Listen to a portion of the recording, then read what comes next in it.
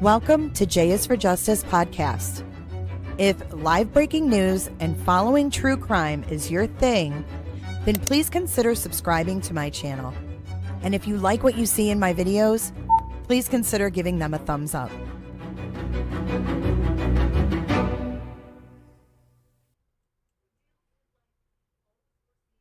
Hey everyone, happy Mother's Day.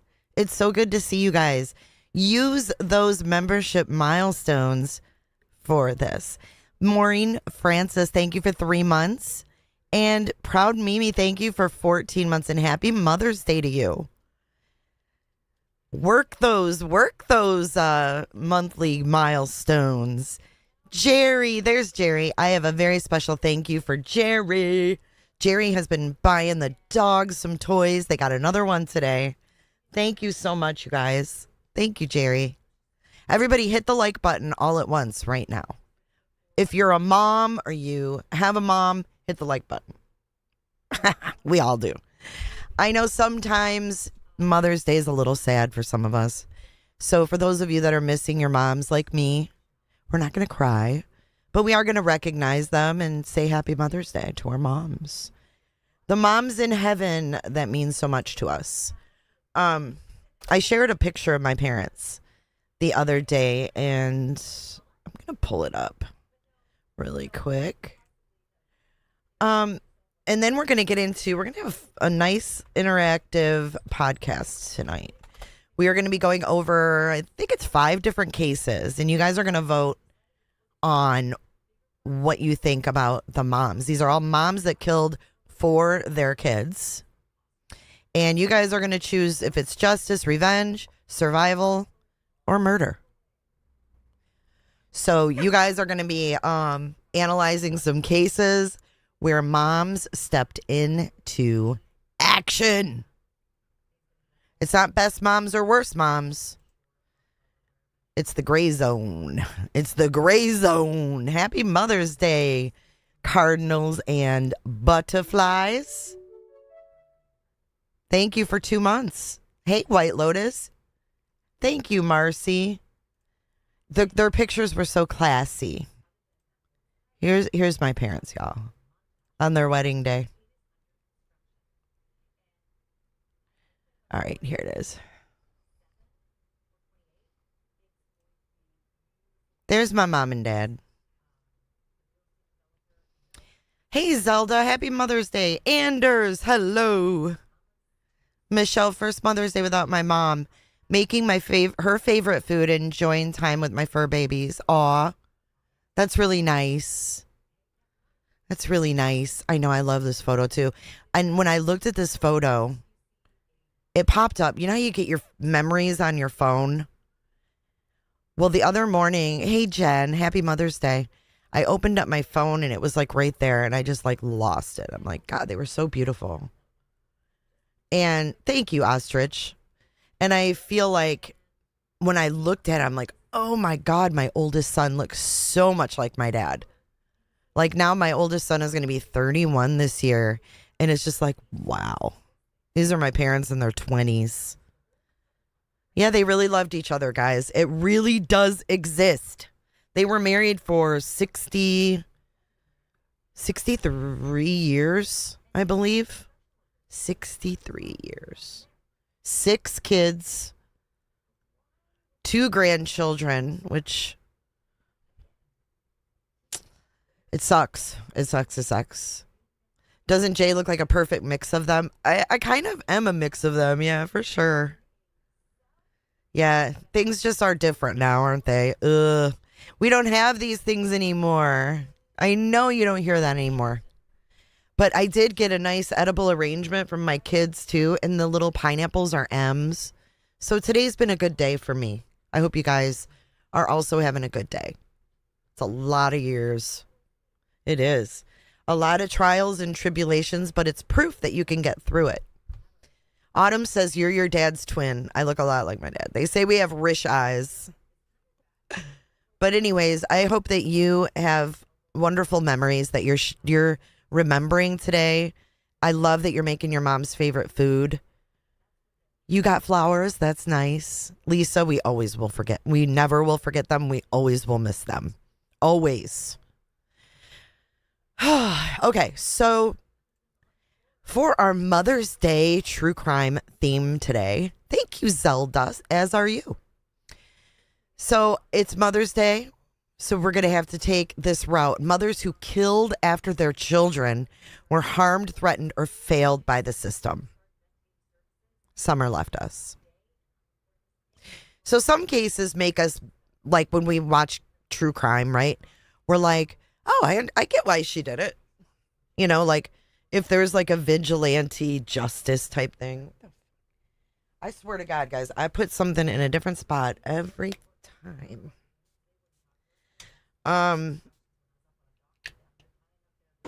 But, you know, you'd be like, I understand why she did it. But some people have been acquitted.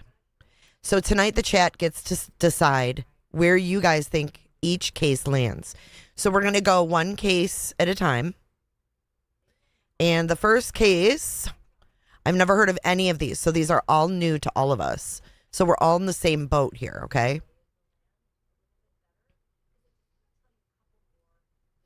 So the first one is Marianne Bachmeier. Okay, the first mom. We've got 5 moms we're talking about. You guys ready? Put your listening ears on. Hello, Rollins.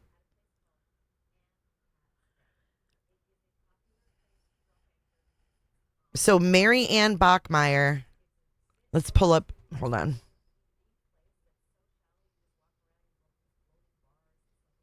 This happened in Germany in 1981.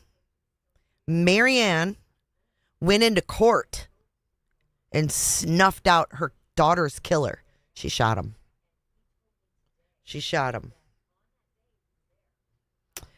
So let's hear what happened, all right? We're going to watch this clip. This is True Crime Recaps. Let's see what the story is here. Ready?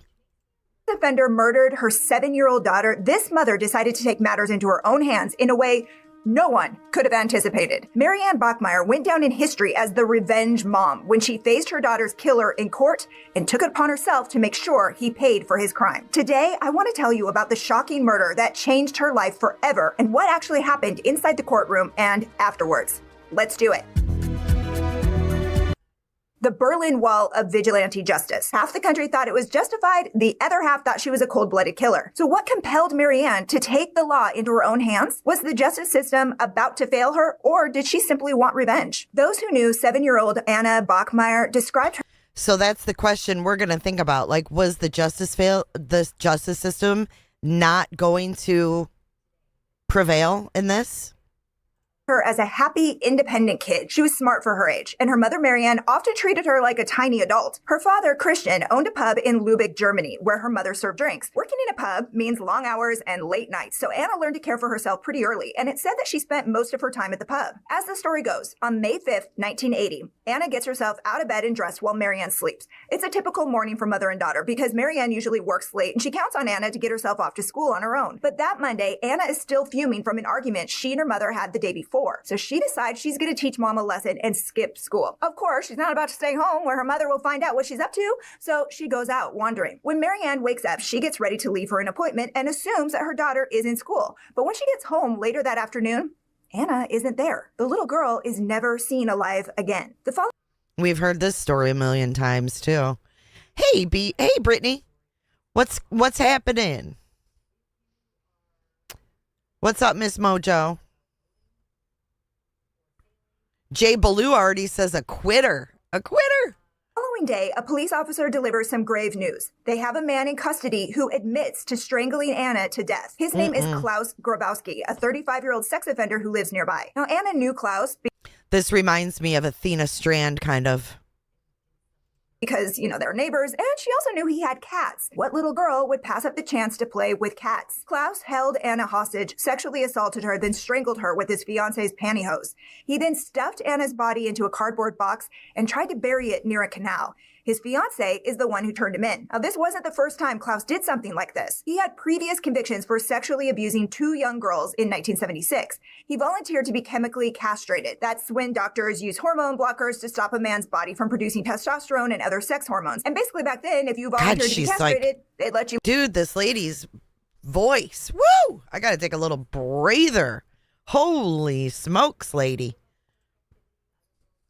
She is intense. Thank you, Liz. Happy everything to you. Oh, Liz, you're so sweet. Thank you. Happy Mother's Day, girl. I expect a drunk voicemail tonight for Mother's Day.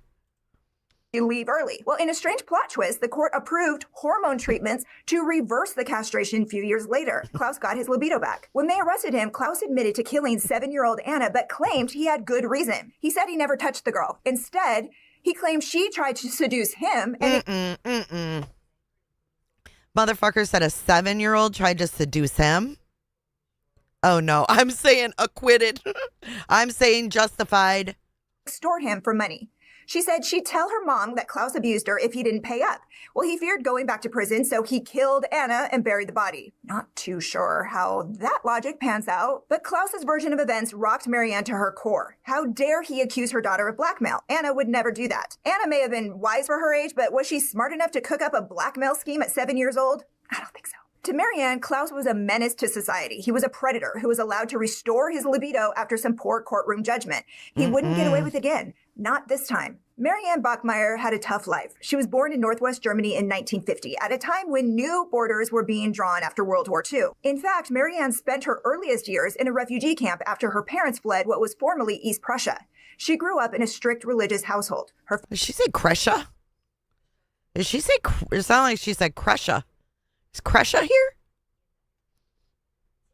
She had too many energy drinks, Robert. Father was a decorated officer in the Waffen-SS. That's the combat branch of the Nazi Party's SS organization.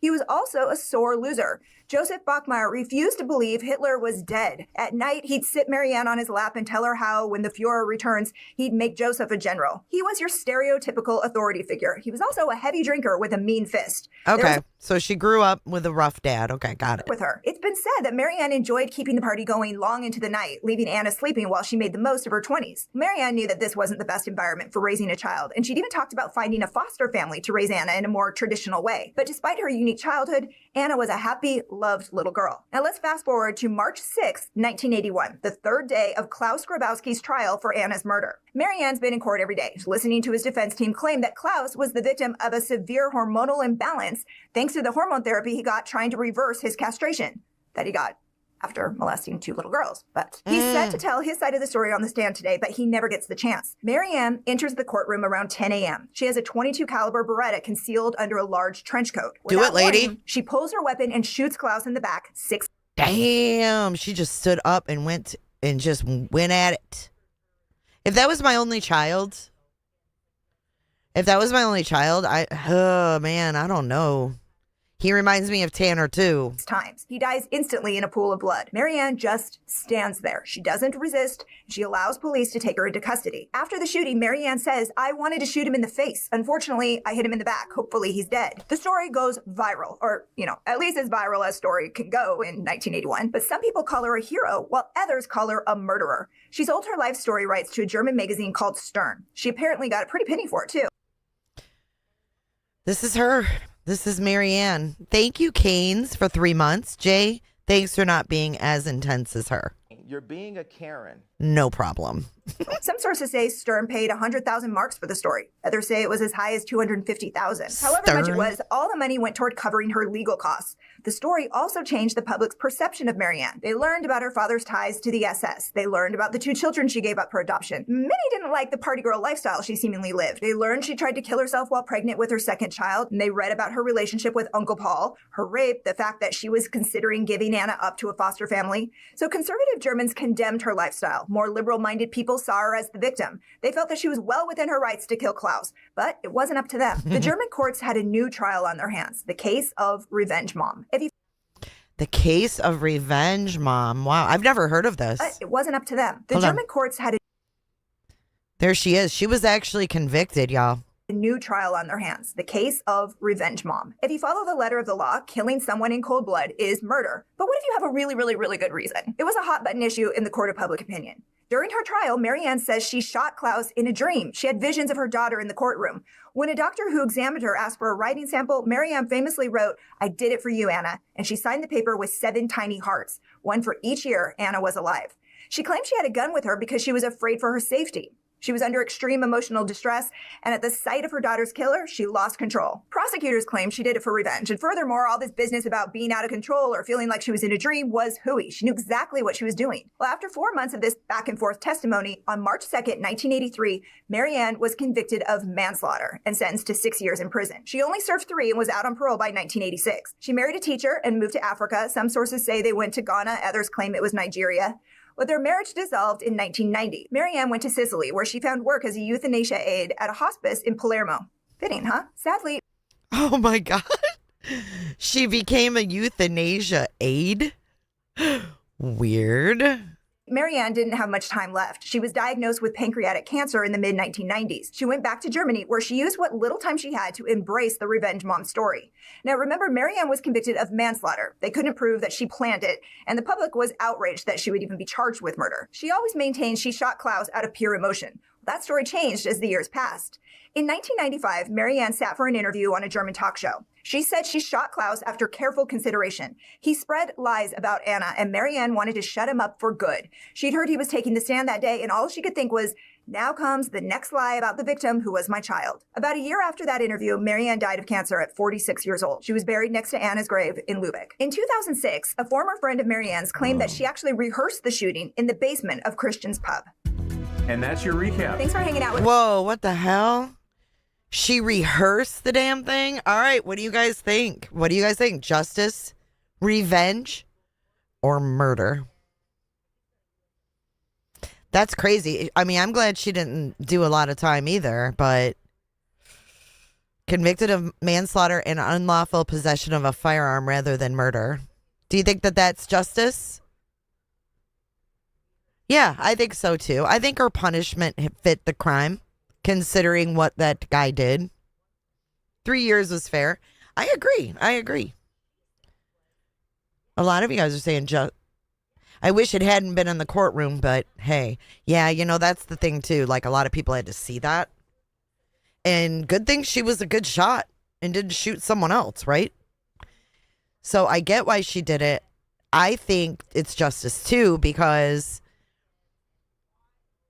she could have killed someone else. And we can't, like, ignore that. Hey, Chips, happy Mother's Day. Yeah, and then she passed so young, and that's sad. Poor little girl. All right, the next one. Are you guys ready for the next case? The next case is going to be Ellie Nesler. And then at the end, we will decide what we think is, like, the most bizarre. Ellie Nesler, California in 1993. Now, this one, I think a lot of moms can get behind. She shot, this is another courtroom one. She shot her son's accused molester. How old was she when she passed? She was, I don't know, she passed in 96 and she was buried next to her daughter. She was born in 50.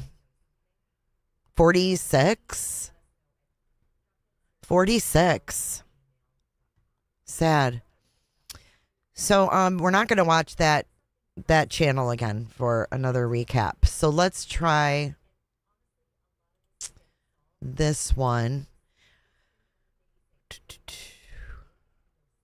So she shot Daniel Mark Driver. And why does that name sound familiar to me? Daniel Mark Driver.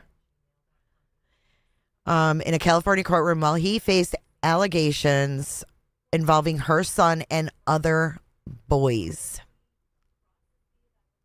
So let's see how Americans take this, right? We already went with Germany. Now we're going to see how America handles someone who walks in a courtroom and takes out a molester. Hey, Vogue, happy Mother's Day.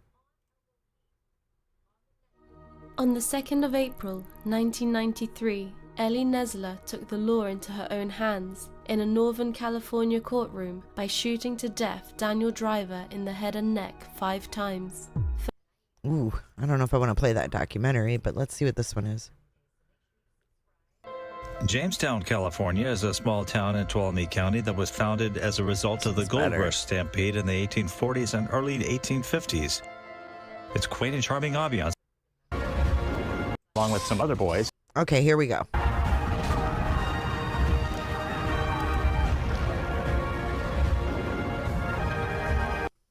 There was Jamestown Court.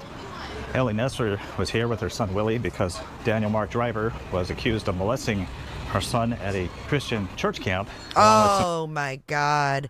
At a Christian church camp. I am so sick of hearing about these damn Christian church camps and kids. Some other boys. The little boy was very afraid to testify against Driver. In fact, he was starting to get ill and puking.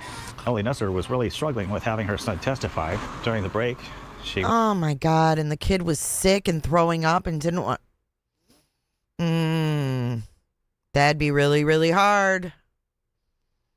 Wanted some Tums to calm her stomach. She reached into her sister's purse and found a gun in there, and she decided to pump 5 rounds into... Oh, she went in her sister's purse for Tums and saw a gun and said, F it, I'll just take his ass out. Danyale Driver's head. By the time they took him out of here on a stretcher, he pretty much had expired from his wounds. Now, of course, she was put up for murder herself. While there were a lot of people who heralded her as a hero for slaying her son's alleged child molester, it wasn't a very smart thing to do because it immediately separated her from the very people that she loved and the ones that she was trying to protect. I don't think she thought it through the way she thought it was going to end up because she was instantly arrested. She spent several years in a women's prison in Central California. Meanwhile, her sister had to raise a little Willie. Willie had a difficult time with everything. Oh, man. What a sad story, dude. And you know what? These men, when they do this shit, they ruin these boys. They ruin them. They ruin them forever. It makes me sick. And you know what? I can't say that I'm against a bullet to the head. And I know that sounds really, really bad. We're not mean. But, ugh. He was in and out of trouble with the law, and he also ended up in prison for murdering somebody in a fit of rage. Public support for Ellie kind of went... Her son went on to murder the one that got molested. In prison for murdering somebody in a fit of rage. Public support for Ellie kind of went by the wayside when it was later discovered that she had methamphetamine in her system, which probably contributed to the actions that she took. She had methamphetamines in her system. That day, April 2nd, 1993. You know, people say that my support's gone down. I don't believe that. Every place I go, I get smiles and stuff. This is her.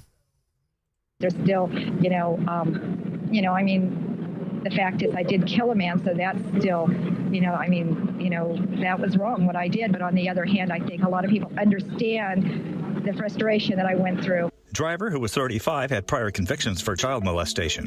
In 1983, he pleaded guilty to lewd and lascivious conduct with 2 San Jose area boys who were 8 and 10. He served only 150 days in jail, fined $750, and placed on probation, only to Oh my God, this is going to piss me off. I say justice! repeat his perverse crimes. After he moved to the Sonora area, he had molested the 11-year-old son of his girlfriend. He also molested 4 boys at the youth camp, including the Nesler boy. Oh, hells no. She did the state of California a favor. Can I get an amen on that? Come on. Fuck this guy.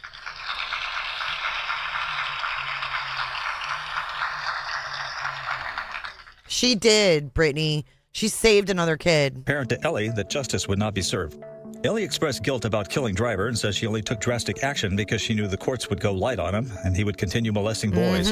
Yeah, I have regrets. I am sorry that I killed someone and that I'm not with my children. But on the other hand, I wish the judicial system would have taken care of it. I wish I wouldn't have had to, let's put it that way. When a relative... What do you think of that? What do you think of that? I mean, they had already let him slip through the freaking cracks. That guy had already hurt, at least 3 kids, 4, and then 4 more? Hell no. Bye-bye.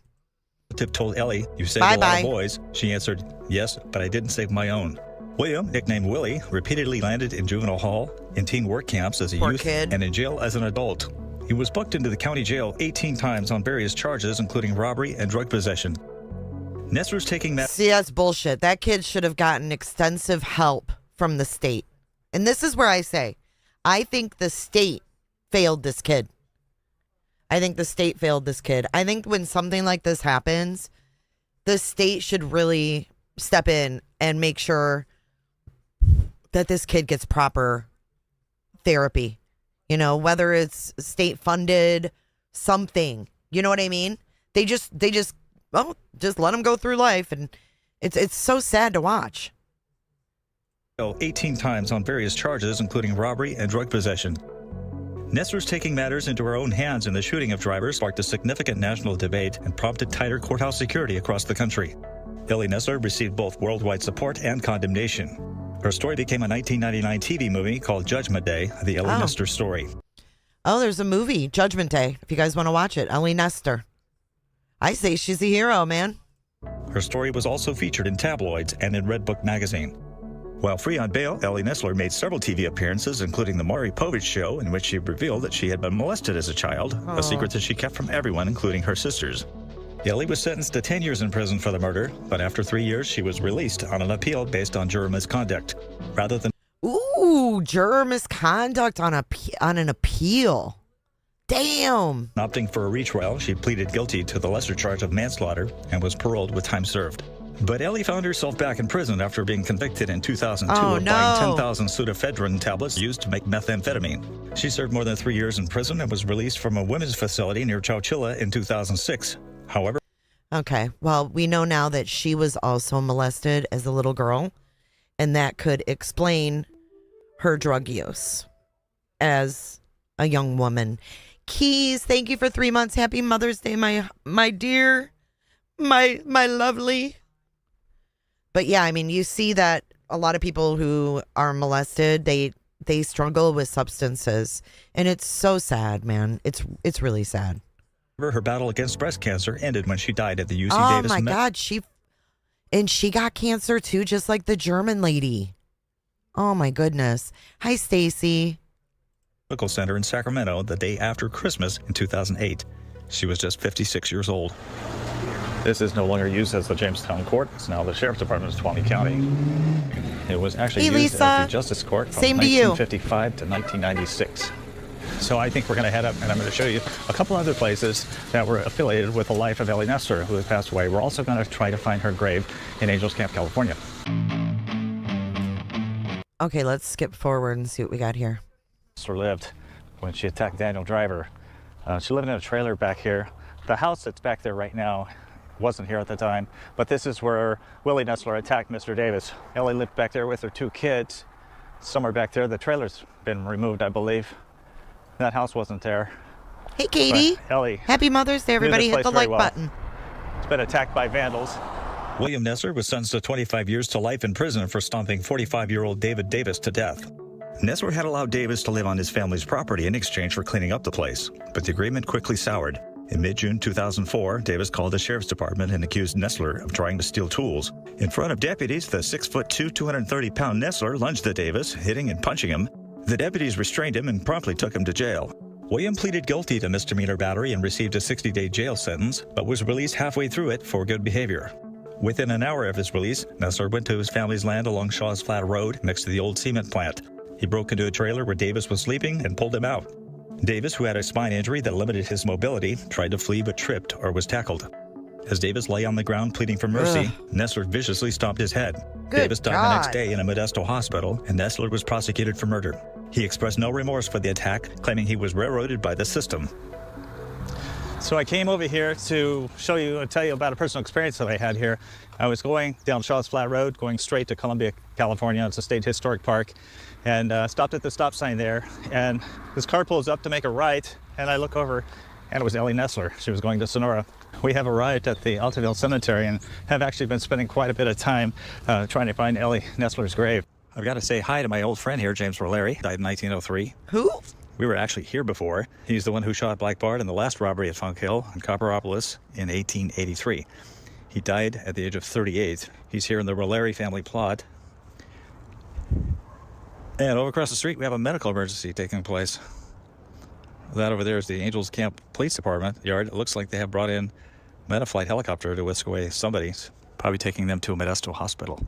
During our search for the grave of Alina Starr Nesler, my eye caught the grave of... So this is near Modesto, where Lacey Peterson lived, is Modesto. This is History Hunters. He did this 4 years ago. Casey Nash, who died at the age of 24 in 2018. His grave marker notes that he entered the frog jump champion of the 2014 frog jumping contest held in Angels Camp. Oh my God. Okay. I'm good with the frog jumping contest. But you get the point with Ellie Nesler, right? Let's talk about this one. So compared to the German one, she did the same amount of time. She ended up being charged with manslaughter, pled guilty to it, and then died of cancer, which is absolutely wild.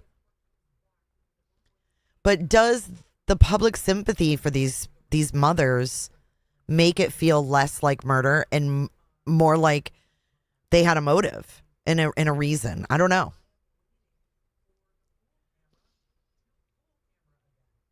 Let's see what this is.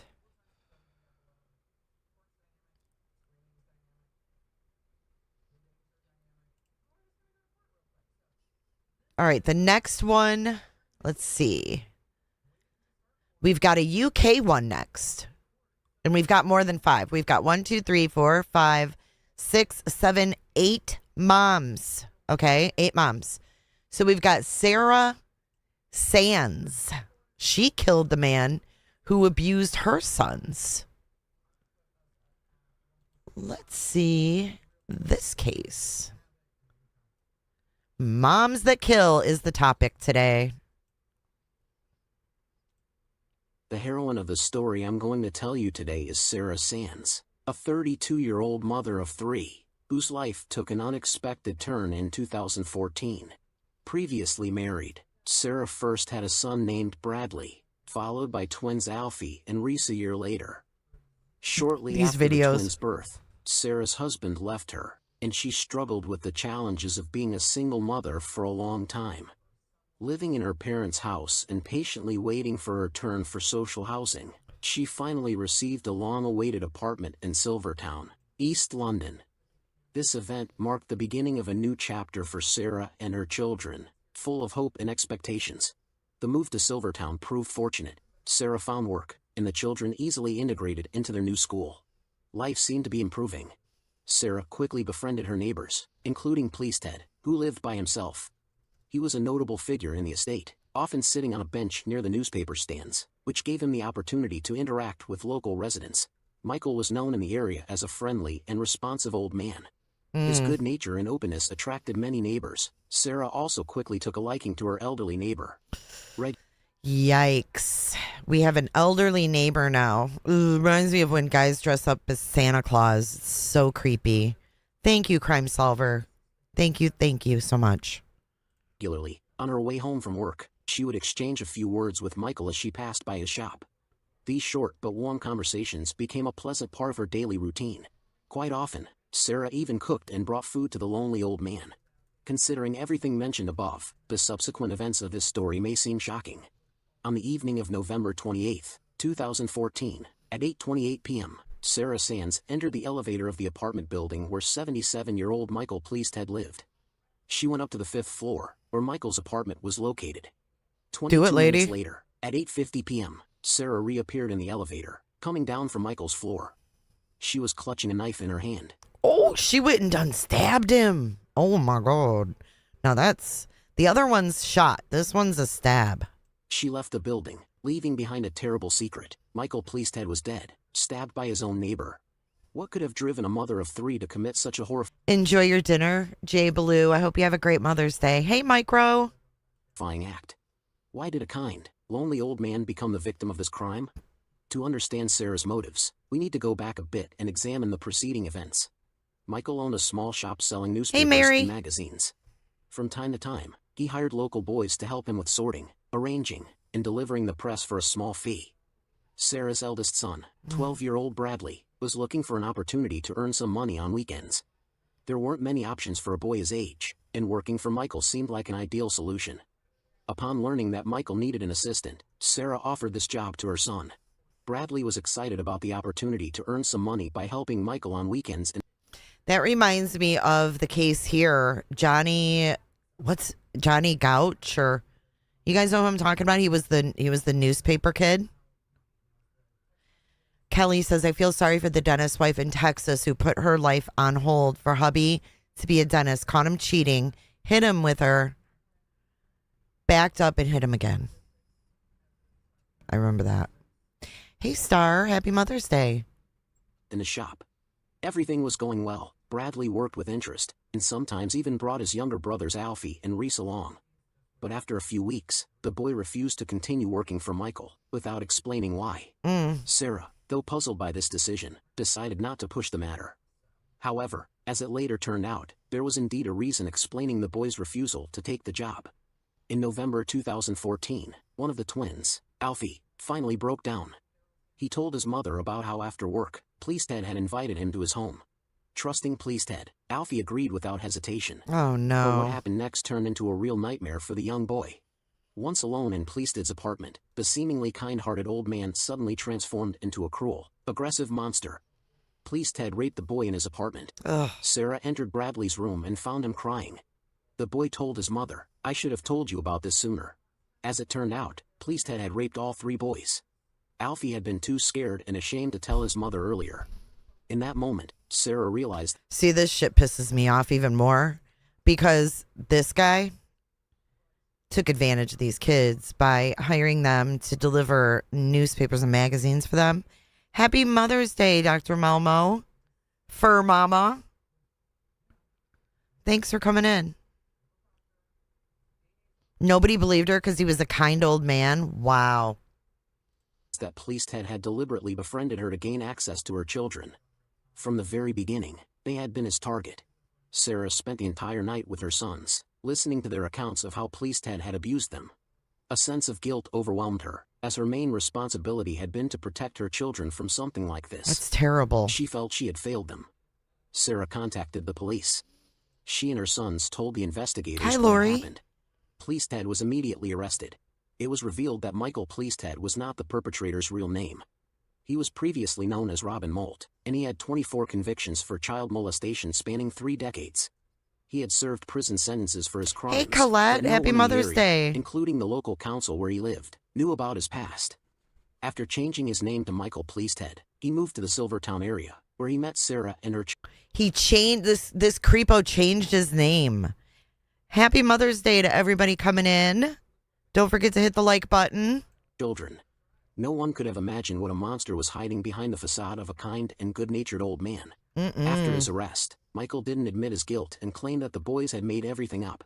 He was released on bail and, surprisingly, allowed to return to his apartment located near Sarah's home. Sarah's children were horrified. Oh, hell no. Nope. See, this is when the justice system fails.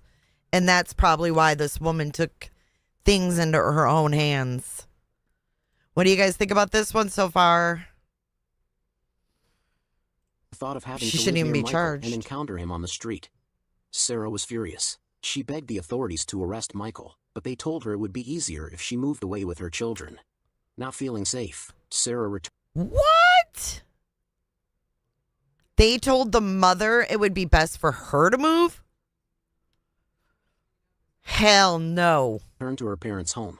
Even more difficult was the fact that Michael didn't admit his guilt, and now Sarah's children would have to publicly testify in court about what Michael had done to them. Sarah suffered unbearably from the injustice of the criminal being free and from the guilt of not being able to protect her children. All this led to the tragic events of November 28, 2014, when Sarah, after drinking wine, left her parents' house and went to her apartment where Michael lived.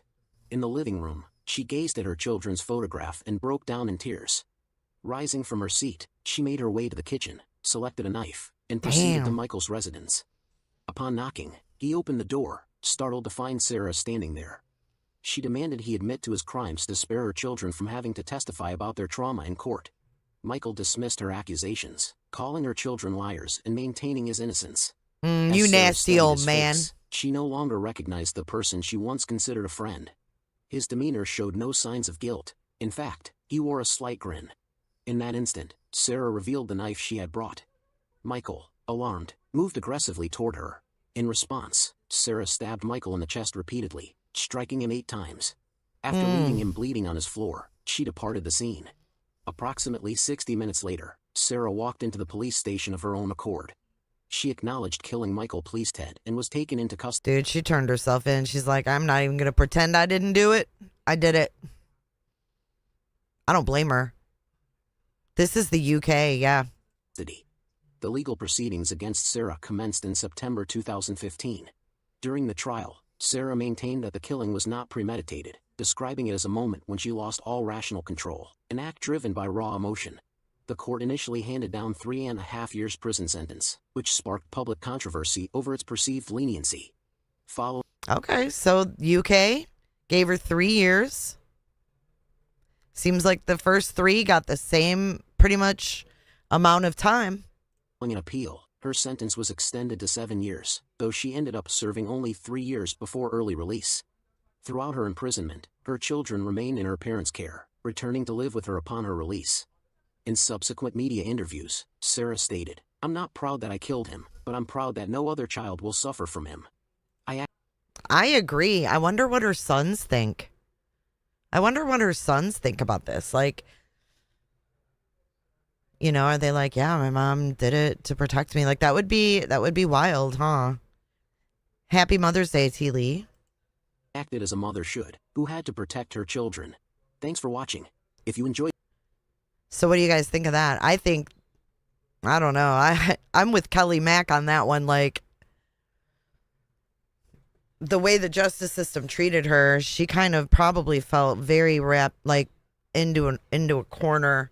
I can't imagine like some old ass man hurting 3, not one of my kids, but all 3 of them, and then calling my kids a liar, and then getting out on bail because they believe that me and my kids are liars, and then living by me again, and then the police telling me, oh, you'd be better off you'd just be fucking better off to move away.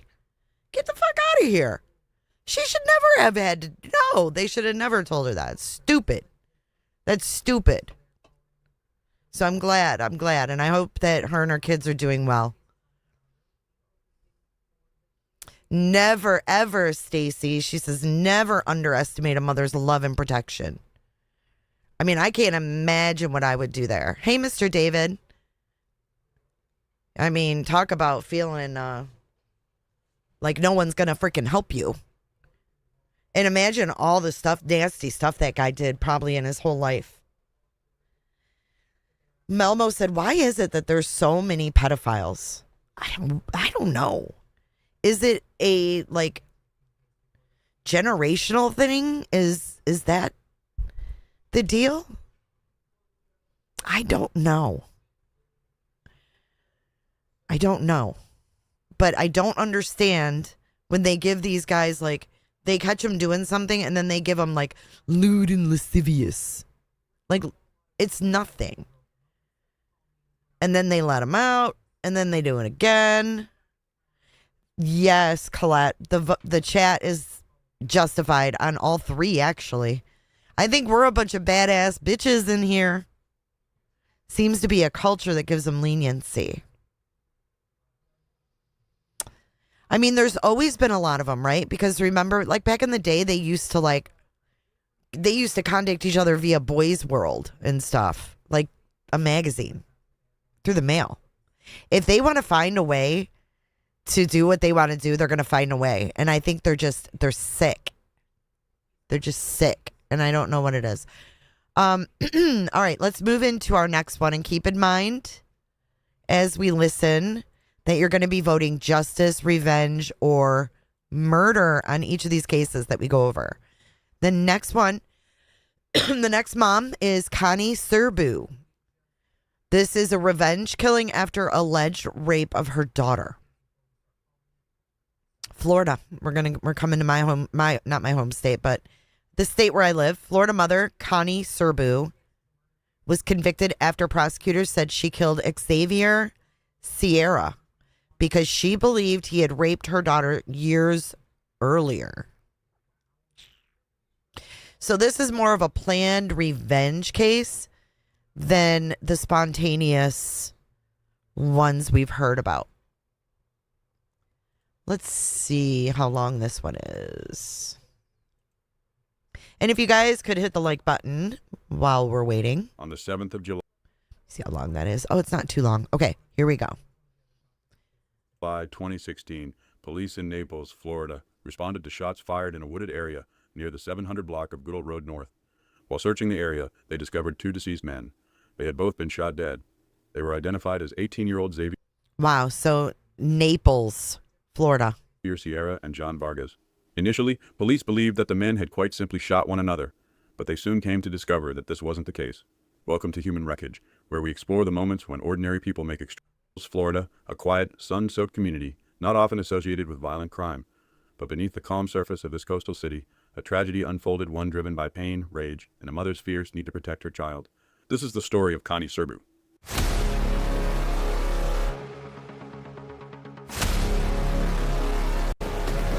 A secret shared by her young daughter, one that haunted her every day. Years earlier, Connie's daughter told her something no parent ever wants to hear, that she had been sexually abused at the age of 6. The alleged abuser, a teenager named Xavier Sierra, who had once babysat her. It's unclear why Connie didn't immediately go to the police. Maybe it was fear, maybe it was disbelief, or maybe she was waiting for the right moment or the right plan. What we do know is that by July 2016, Connie had made a decision. She wasn't going to wait for justice. She was going to take it. Let's get into it. At the scene when police arrived was Connie Serbu, the sister of Vargas. She was the one who reported the shots fired. She informed police of her relationship with Vargas and said that Sierra was an acquaintance. She said that she was sitting in the car when the shooting took place and had no idea what had happened. When police spoke with Serbu, they noticed that she was unnaturally on edge and even blurted out, "It's all my fault." Furthermore, gunshot residue testing revealed that Serbu's hands tested positive for residue, indicating that she had recently fired a gun. Police soon discovered that this case was much more complex than initially believed. Sierra's grandmother informed police that shortly before his murder, Serbu had come to his house and asked him if he wanted to make an extra bit of cash by helping her build some furniture. Marisol Sierra said that she found this to be quite strange considering the fact that Sierra and Serbu had fallen out years prior and hadn't seen each other or spoken to each other since. With the evidence against her piling up, Serbu confessed that she had killed Sierra and that the murder was revenge. "So I don't care, he raped my daughter. I don't care, he sodomized my daughter. She told me everything that happened," she explained. Serbu confessed that she and Vargas had picked Sierra up at his home. In the car, the siblings had 2 guns, 2 stun guns, a potato to use as a silencer, an ice pick, plastic gloves. A potato? Bags and paper towels. They were driving him to a wooded area, and en route, Serbu began questioning Sierra about the assault on her daughter. Sierra, seemingly realizing that he was in grave danger, attempted to flee from the car when it stopped. Vargas tackled Sierra to the ground, and they started wrestling over one of the guns, during which Vargas was shot once in the stomach. Serbu then opened fire with the second gun, shooting Sierra 6 times and killing him. An investigation uncovered that it was Memorial Day weekend the year prior that What if he didn't actually do it, though? Her mother that Sierra had been molesting her. After the revelation, Serbu told several of her friends and said she wanted to kill Sierra for what he had done. She even told her husband that she was going to do something, and that he would. So what are you guys thinking so far? Because this sounds a little more planned out. This is a little more sinister. Tomato, potato, tomato, have to take tomato. Care of their 2 children without her. She was charged with second-degree murder, and her trial was slated for October of 2019. During her opening statement, State Attorney Nicole Mira said that Serbu was motivated solely by the fact that Sierra had molested her daughter. Mira revealed to the courtroom that Serbu's daughter had also confessed to her babysitter that Sierra had molested her when she was around 5 years old. During the trial, it came out that Vargas was intellectually disabled, and because he had a mind like a child, Serbu easily persuaded him to help her with the attack. It was also revealed that the siblings had purchased a separate phone for exclusive communication with Sierra. On the evening of the murder, Serbu and Vargas left her home wearing dark clothing with hats and their shoe soles covered in duct tape. They had picked Sierra up at a Winn-Dixie near his home and headed towards the wooded area where he would die. After 1 week of testimony, Serbu was found guilty of second-degree murder. She is currently awaiting sentencing, but faces up to life in prison. And that brings us to the end of today's episode. What the fuck? Okay, hold on. I've got an article on this one because that video kind of sucked in that voice. Ugh. Here's an article. She says, "I don't care. He raped my daughter. Teen killed for revenge." Court documents revealed that Connie Serbu of Naples killed 18-year-old Xavier Sierra as revenge for allegedly raping her daughter. Multiple people Memorial Weekend, oh my gosh, which is coming up, 2016. her daughter told her she was raped 5 years ago when she was 7. The complaint also notes that people reported hearing her say how she could kill him and get away with it. Days after she learned of the alleged attack, she convinced her brother, who had mental disabilities, to help her. Wow. The document says that Serbu and Vargas went through with a plan to kill Sierra in a secluded wooded area in 2016.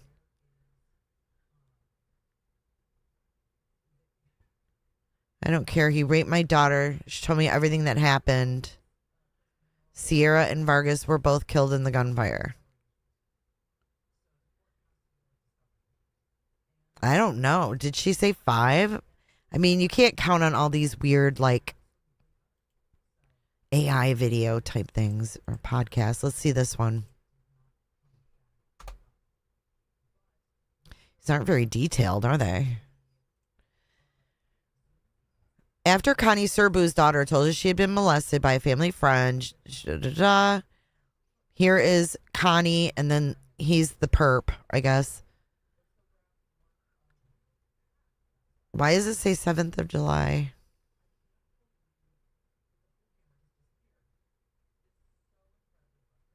This is the exact thing we just heard. Like, he read this.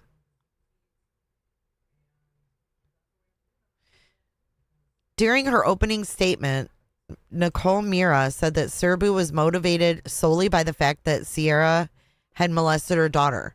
Mira revealed to the courtroom that Serbu's daughter had also confessed to her babysitter that he had molested her when she was around 5. So I'm wondering if it happened more than once. And then if you think about it, there had been so many years that had gone by. So do you think that maybe she thought, we're not going to get any, we're not going to get any justice this long after? I don't know. So she was found guilty of second-degree murder and currently awaiting sentencing, but that was in 2019. Let's look her up today. This stuff's garbage. Okay, let's see.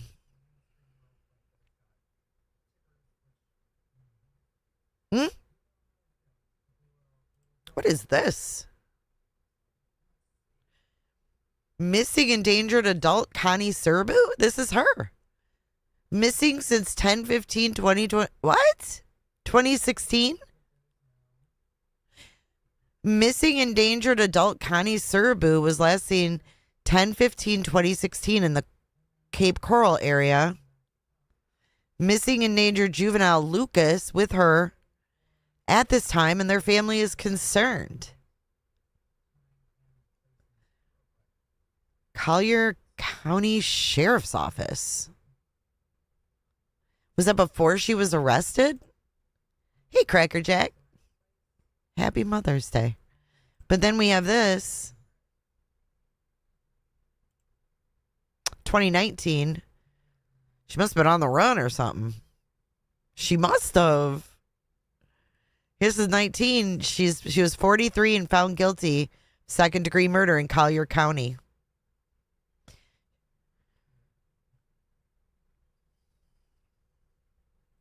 But where is her sentence?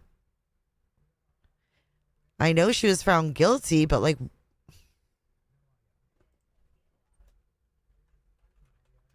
I need to know her sentence.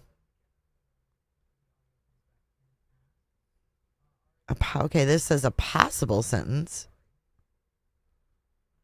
I'm going to have to look up the court records, I guess, because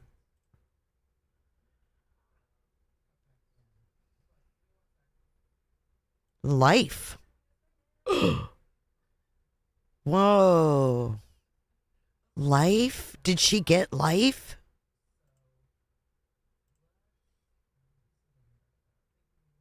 Hold on. All I can see is face is life. Did they give her freaking life? Sentence delayed. What? Hold on. 2020, sentencing delayed. She filed a motion for a new attorney. That's why she fled, right?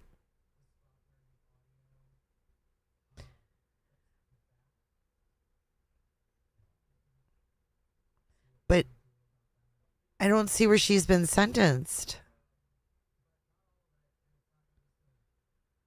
Yeah, it was 2 counts because the brother, too. Mm-hmm.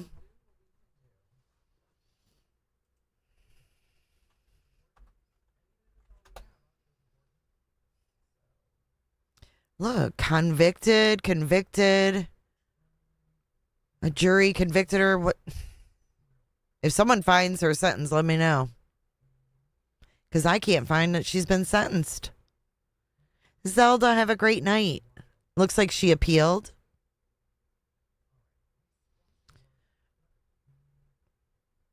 Let's see what this one is. Oh, it's fucking... I can't see anything about it. Isn't that weird? Maybe it's still waiting. Yeah, but that's 2019. There's like nothing. Let's see what this is. Just some docket.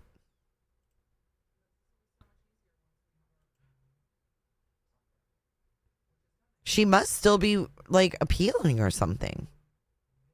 Because that doesn't make much sense. Connie Serbu. Now this is weird. Connie Serbu. Is she alive?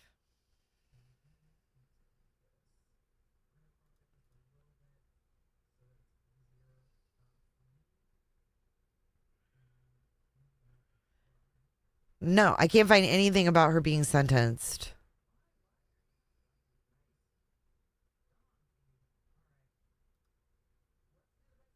No, if anybody can find anything, let me know. I can look on the Florida. Grok says she was sentenced to life in prison. Wow. I'll have to look. I'll look in the Florida court documents. It's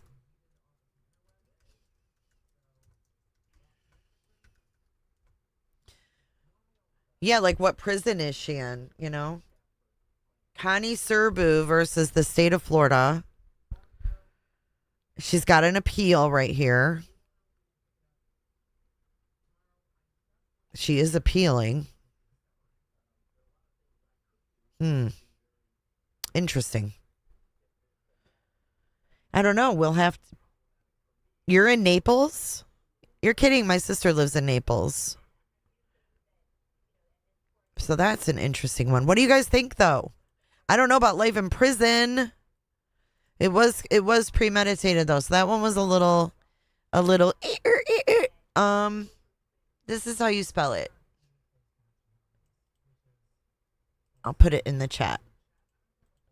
Yeah, you guys are such good diggers. You guys, tell me what you find. The next mom is Valérie Bacot. Valérie Bacot. This is a French mother. Oui. That one hit different. Yeah, it did. What do you guys all think? Let us know in the chat. Can't see anything RE sentencing on Connie Serbu. Collier County. My sister, yeah, she lives in Nipples. This is a French mother who killed Danyale Paulette after years of abuse on herself and feared that her daughter would be next. So this one's a little bit different too. This starts with like domestic violence and she's worried about her daughter, but we'll see.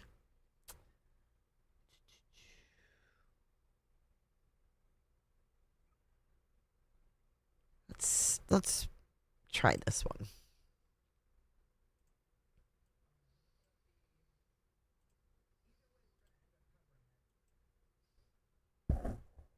For almost 20 years, Valérie Bacot endured horrific abuse from her stepfather turned husband.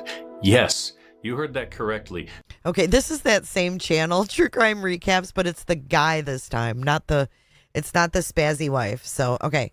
Again, this one is Valérie Bacot, a French mom who feared for her daughter's life. This woman was forced to marry the man who had been raping and torturing her since she was 12 years old. Today, I want to tell you about a case in France that will make you question the lines we draw between victim and criminal.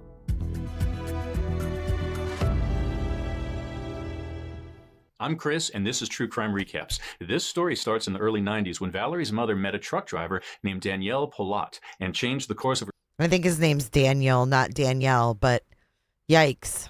Her daughter's life forever. She dated him for about 4 months and admittedly didn't know much about him before asking him to move in with her and her. He looks like effing Bridge guy. When did this happen? Ugh. Her 2 small kids, Valérie and her younger brother. From the start, they were encouraged to call him Daddy. At first, he acted like a doting stepfather, but it wasn't long before he started following 12-year-old Valérie into the bathroom and assaulting her. He was 37 at the time. Her mother turned a blind eye to the obvious signs of abuse, but her abuser's sisters could tell something was going on. When they met their brother's new girlfriend and her kids, they were afraid for Valérie because at one time, they too had been victims of Daniel's perversions. Later, they described horrific violence growing up with him. Times when they had... Speaking of which, guess what?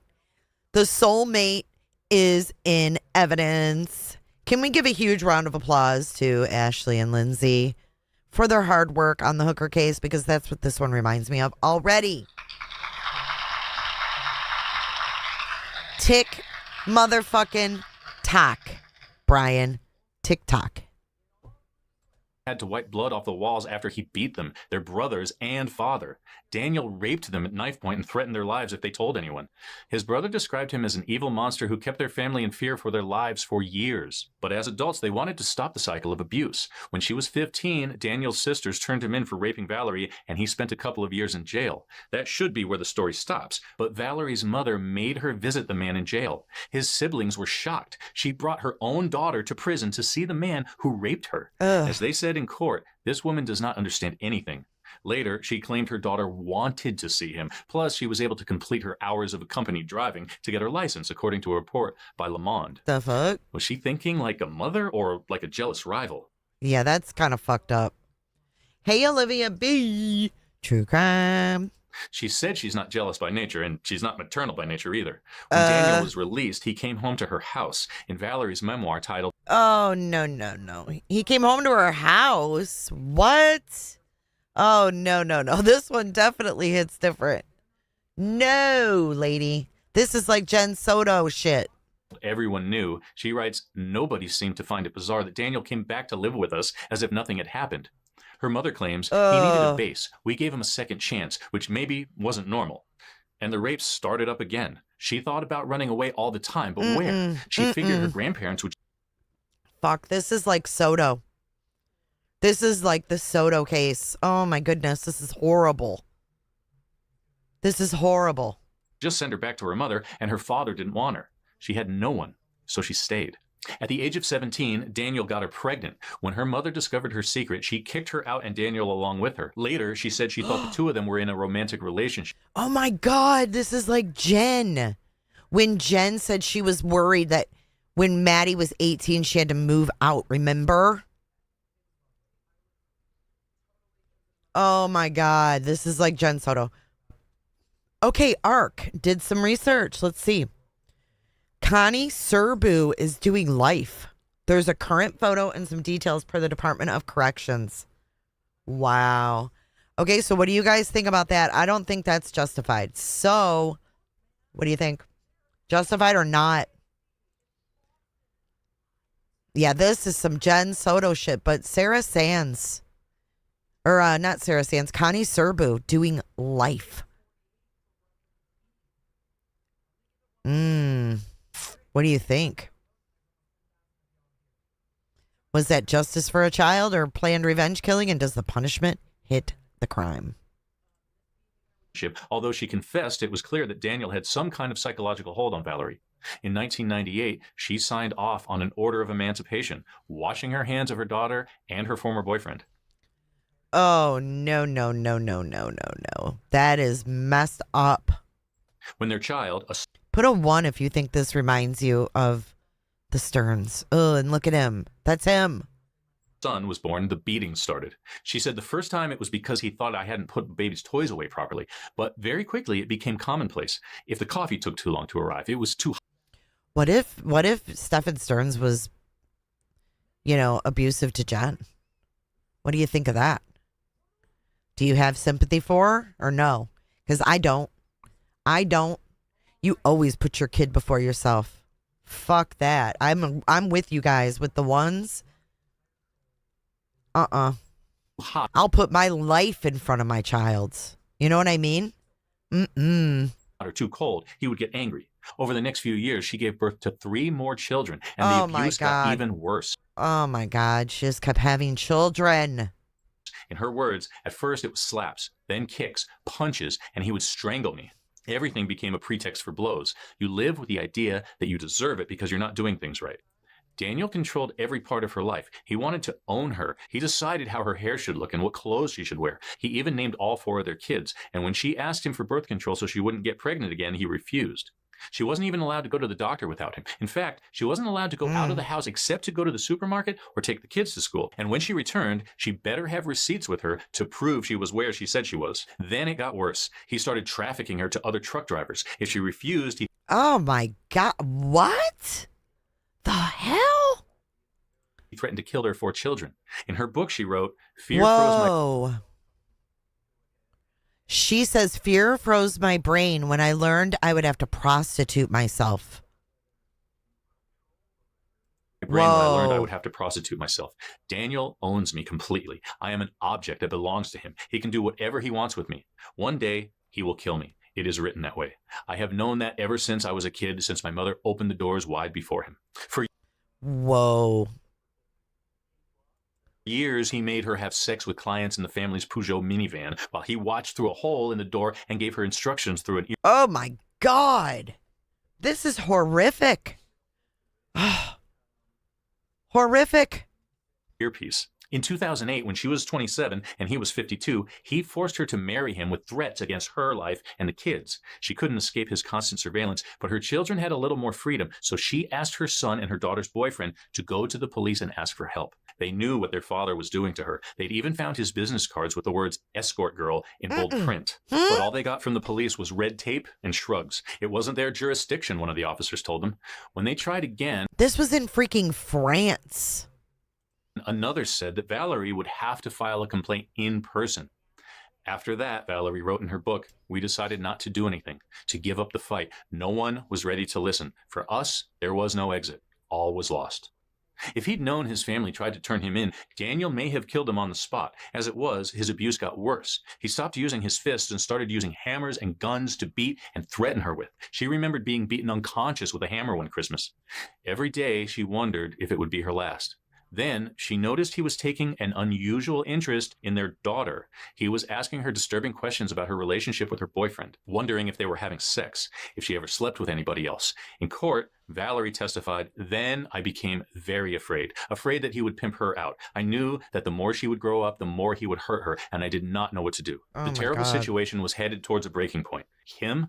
This situation could have easily happened to Madeline if she would have slipped through the cracks. That is effing scary. This is disgusting. Her.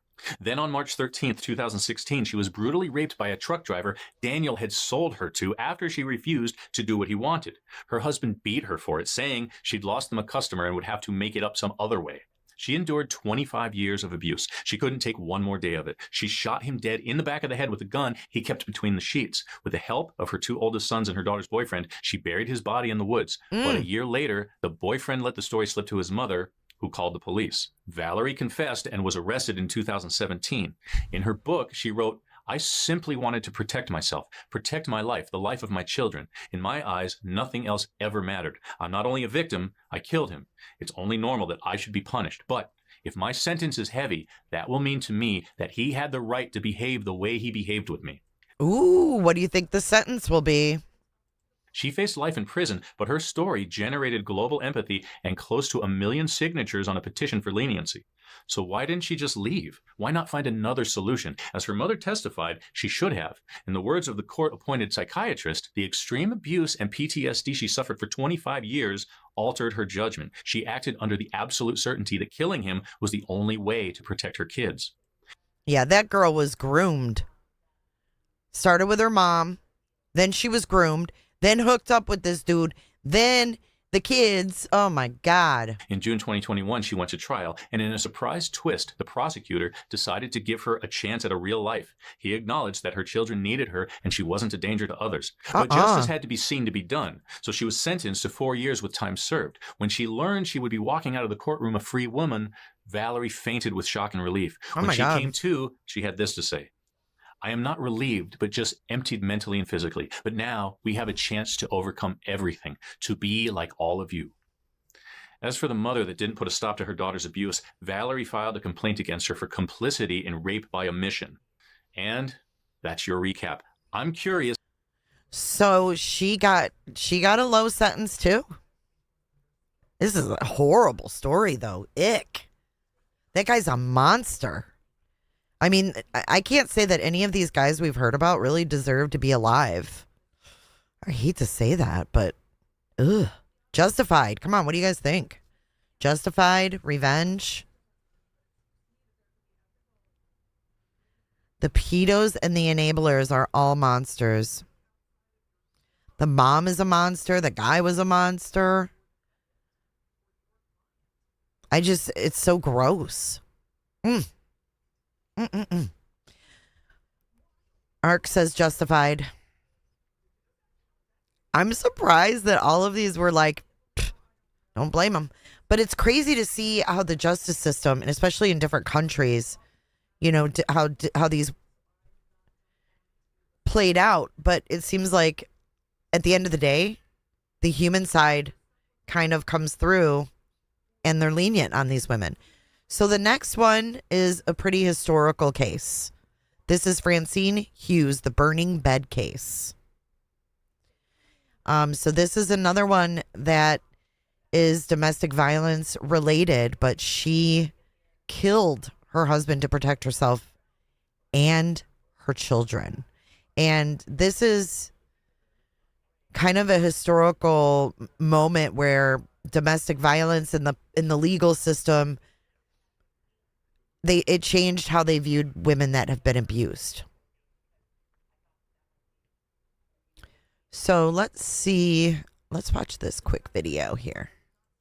I don't know if it's going to be the same guy. It might be. Justified and mom should be in jail. There's little healing. Yeah, just like there's no fixing a predator. It's horrible. You guys remember this one?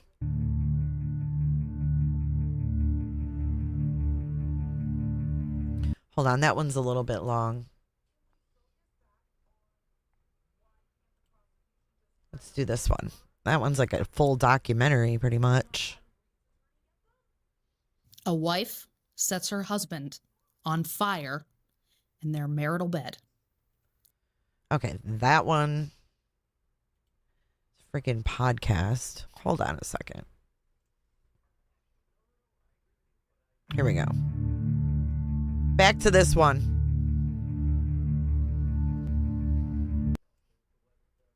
Okay, here we go. Sorry about that.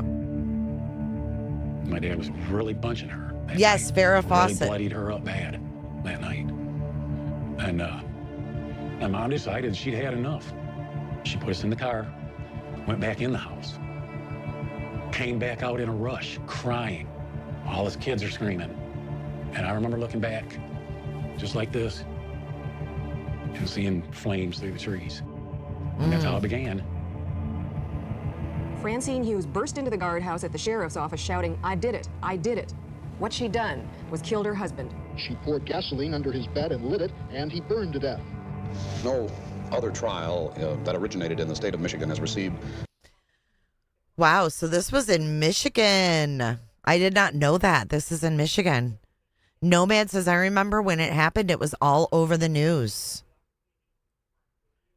No, Bobbitt was not a freak. Bobbitt was abused, used and abused Poor Bobbitt. I think she died of cancer too, didn't she? It's John Wayne Bobbitt's penis. But look at, people were like picketing for her. Such widespread national attention as the Francine Hughes murder trial. She was driven to kill her husband by constant beatings during the 13 years they lived together. I refuse to accept in my community the taking of the law into one's own hands and extracting the penalty of death.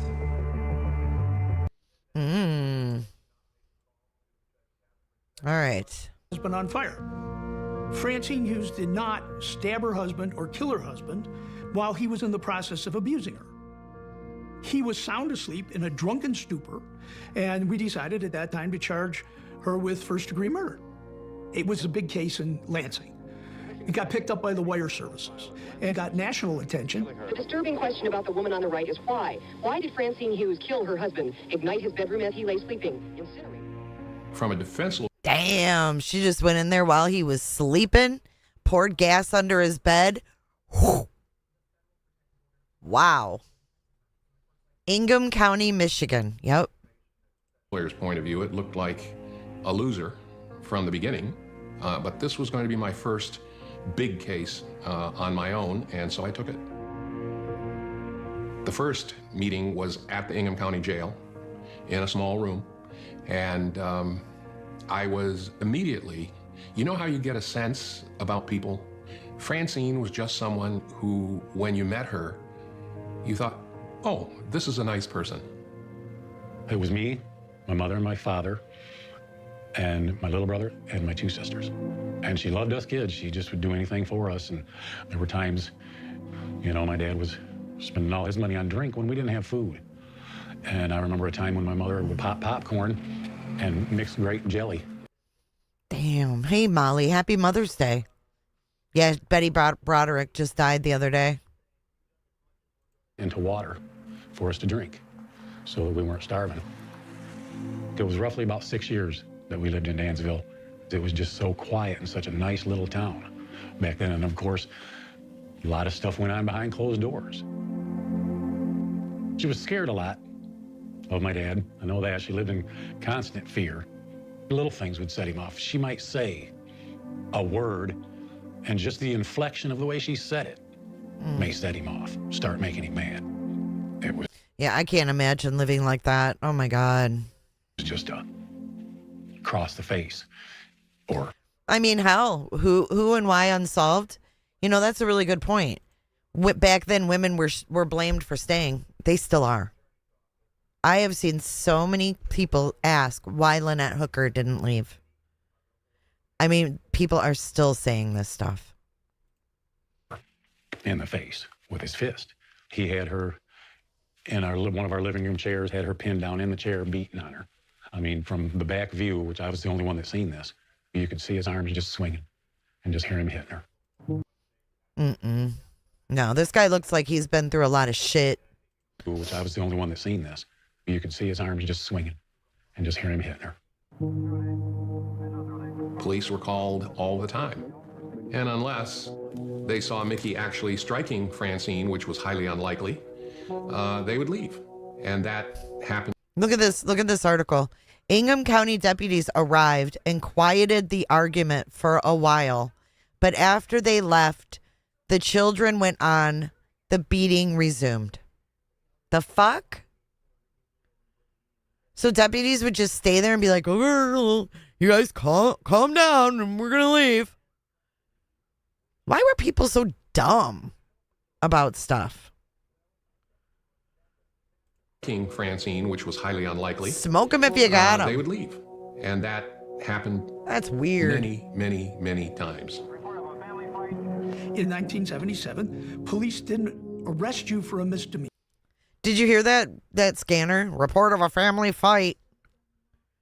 So they just go there. You guys need to calm down. In 1977, police didn't arrest you for a misdemeanor unless they saw it committed. Does she have bruises? Yes. Does she look like she's been abused? Yes.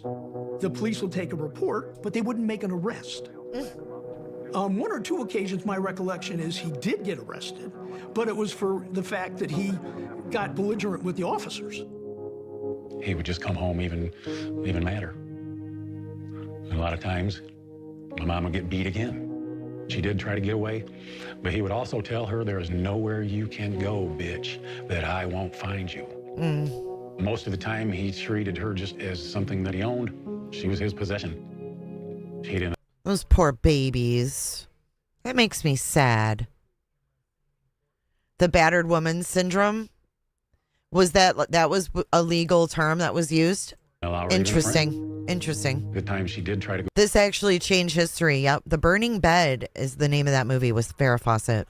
She was his possession. He didn't allow her even a friend. The time she did try to go to college and try to commute back and forth from there, he eventually got tired of that, made her burn her school books in the burning barrel in our yard. And then it escalated, and so he ended up getting up and abusing her, and that was quite a bad, severe case of abuse that night. Oh my God. Hold on, look at this. This is later, her brother Jimmy said he saw his father begin beating his mother. He was beating her. The newspaper is quoting the kid. The slender, brown-haired sixth grader told the court. Anything else? The defense attorney asked, yelling at her. What kind of language was he using? He was swearing. It's sad, man. And that was quite a bad, severe case of abuse that night. Snatching food in the kitchen, dumping out the garbage, rubbing it into my hair, hitting me. I remember how I felt sitting there. And it was just, I don't know if I can describe it to you, but it was the most alone feeling in the whole world. I could hear the kids crying and hollering, Mommy, are you all right? The police were there, and they saw that she was severely beaten up, and they didn't do anything. And then he said, right in front of the police officers, he said, I am going to kill you when they leave. Everything that had happened to her for years and years and years and years needs to be seen as an accumulation. And when you talk about a threat to a woman, it's that entire history that is the threat. To her, there really was no other way. And I thought, I'm never coming back, never. And then I thought, because there won't be anything to come back to, and that's when I decided I would burn everything, so there wouldn't be anything to come back to. There was a lot of sympathy, even in law enforcement, for her situation. And there was frustration that we didn't have a system that knew how to deal with it properly. It was at a time when the women's movement had gained traction in the country. Women's issues had gained traction. Her case Go, ladies. became a cause very quickly. The story of Francine. Yeah, do it, ladies. This is when the ladies came. They came up and showed up, right? Hughes made its Showed way up, feminist showed circles, out. and within a few weeks it gave rise to a movement. What we're concerned with here is not merely the freedom of Francine Hughes, but the freedom of all women in our society. For how can women be free? Women had been taught to keep that secret. You couldn't tell anybody or you'd get beaten up worse.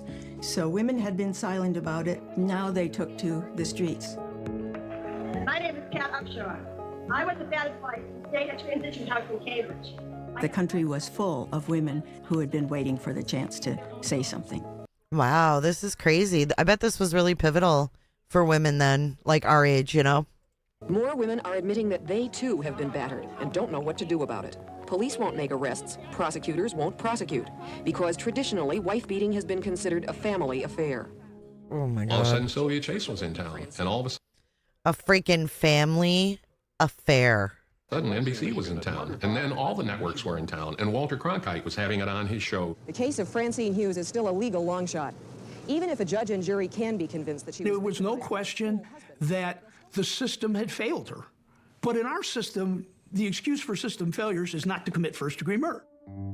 She could have taken what little she had, she could have taken the kids, and she could have disappeared. I think the evidence is that she needed to punish him before she left, and that's why she set him on fire. Now, the other thing we learned just before the trial is that it turned out Francine Hughes, while taking business courses at the local business college, had a relationship, and she would send love letters, which suggested that she had a different motivation. She only met him once or twice, and he was nice to her Francine felt like somebody was caring about her for the first time in a long time. It actually made the jury more empathetic, and it actually made her understand more how lonely and how desperate her situation was. I did not think that I could convince a jury necessarily that she was not guilty because she was defending herself straight out. So I used the temporary insanity hook. She did tell me she knew what she was doing, but she couldn't stop herself from doing it. And she heard this voice in her mind, do it, do it, do it. I don't know whether the jury believed that or not, but I was sure that they were very sympathetic to her situation, that they wanted to set her free. Last night, the jury accepted her temporary insanity plea and found her not guilty for that reason. Her case, she hopes, will draw attention to the abuse of women. And how does it feel to be free? It's on my face. And then, of course, what followed was doing shows on TV, radio shows, and then, of course, the book, and then the movie.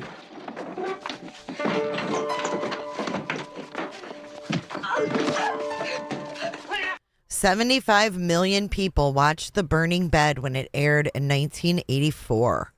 Hey, Pretty Hate, happy Mother's Day. In Vogue, you're very right. U.S. women are very lucky for this time in history and the country we live in. You're right.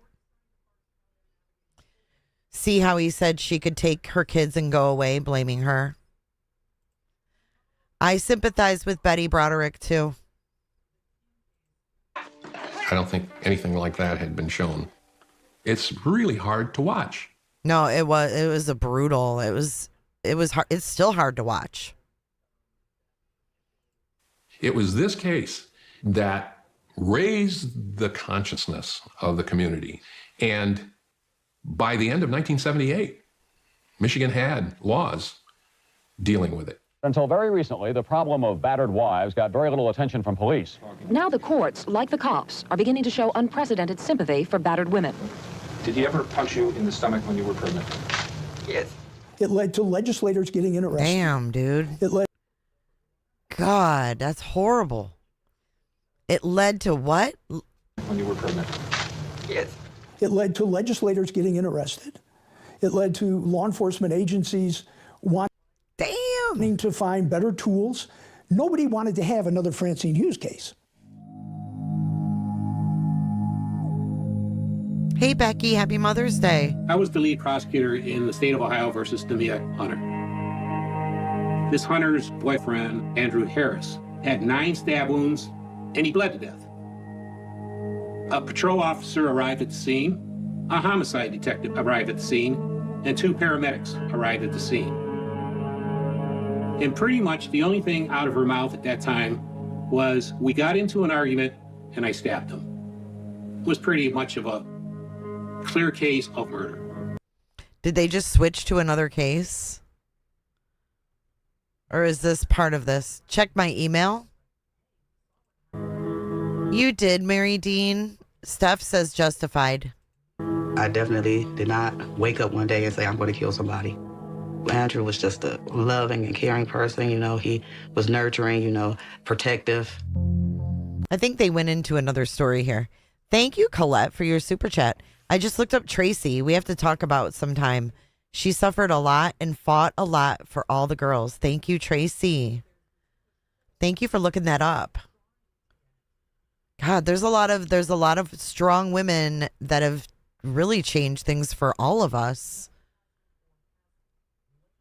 So Francine Hughes, what did she end up? She ended up not serving any time.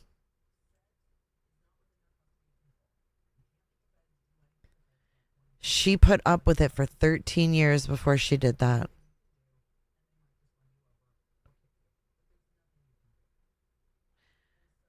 But was she sentenced? I missed that.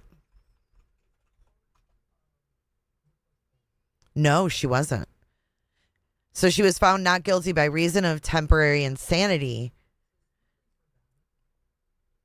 She was released following her acquittal, having used temporary insanity defense rather than self-defense because he was sleeping. Crazy town. All right.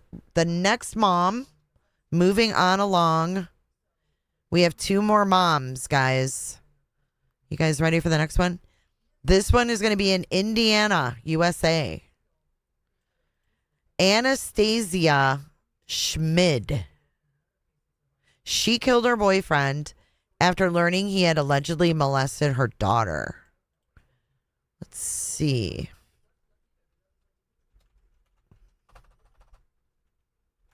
Let's see what year this happened. I don't think I have a video, but I do have an article we can read about this one.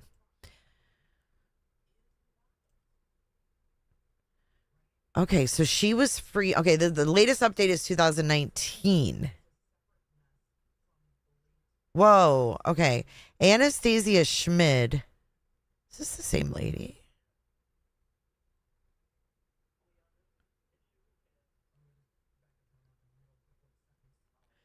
What?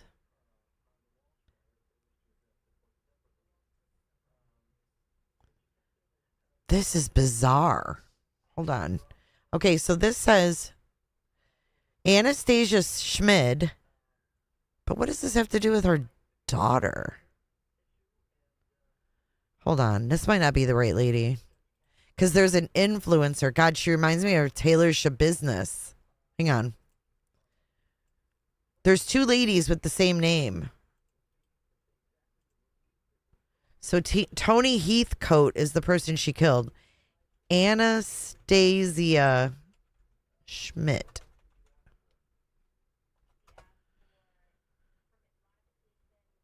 No, it is the same lady.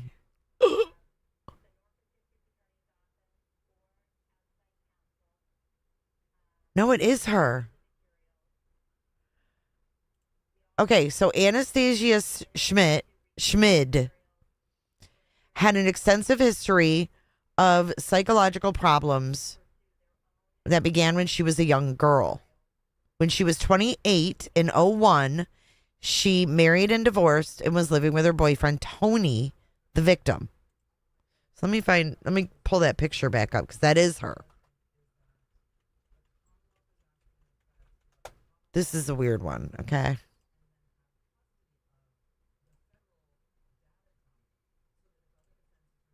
Here, I'll put her picture here so you guys can see her. Fuck.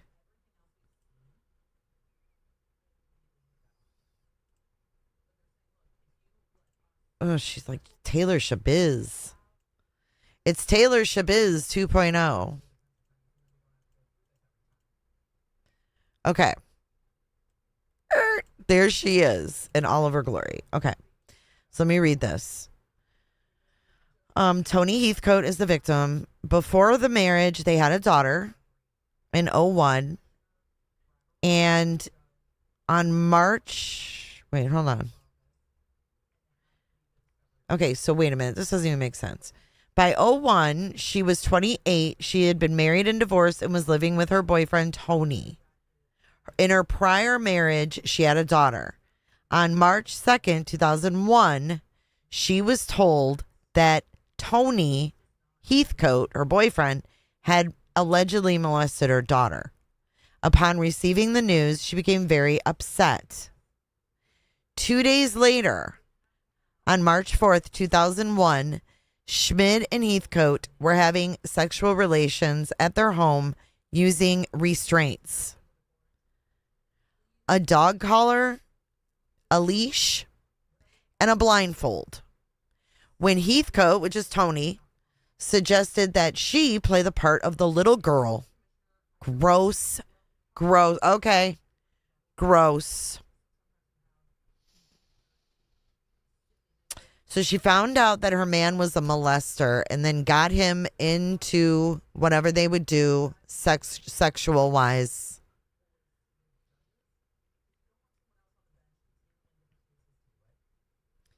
Oh, I love that picture, Marcy. You guys are so cute. Happy Mother's Day. Your daughter's really pretty.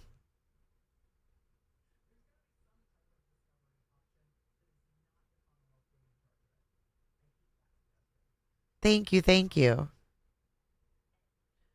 my God, I have so many emails. I'll check them soon. Hey, Snaz. You're in your garden enjoying the day. Happy Mother's Day, Snazzy. Okay, so she got him they were doing their thing with the dog collar and all that stuff. And then he suggested she play the part of the little girl. And he would be the daddy. And this made her think of her daughter. She obtained a knife and began stabbing him, Heathcote, who was blindfolded and restrained at the ankles. He was stabbed 39 times and died.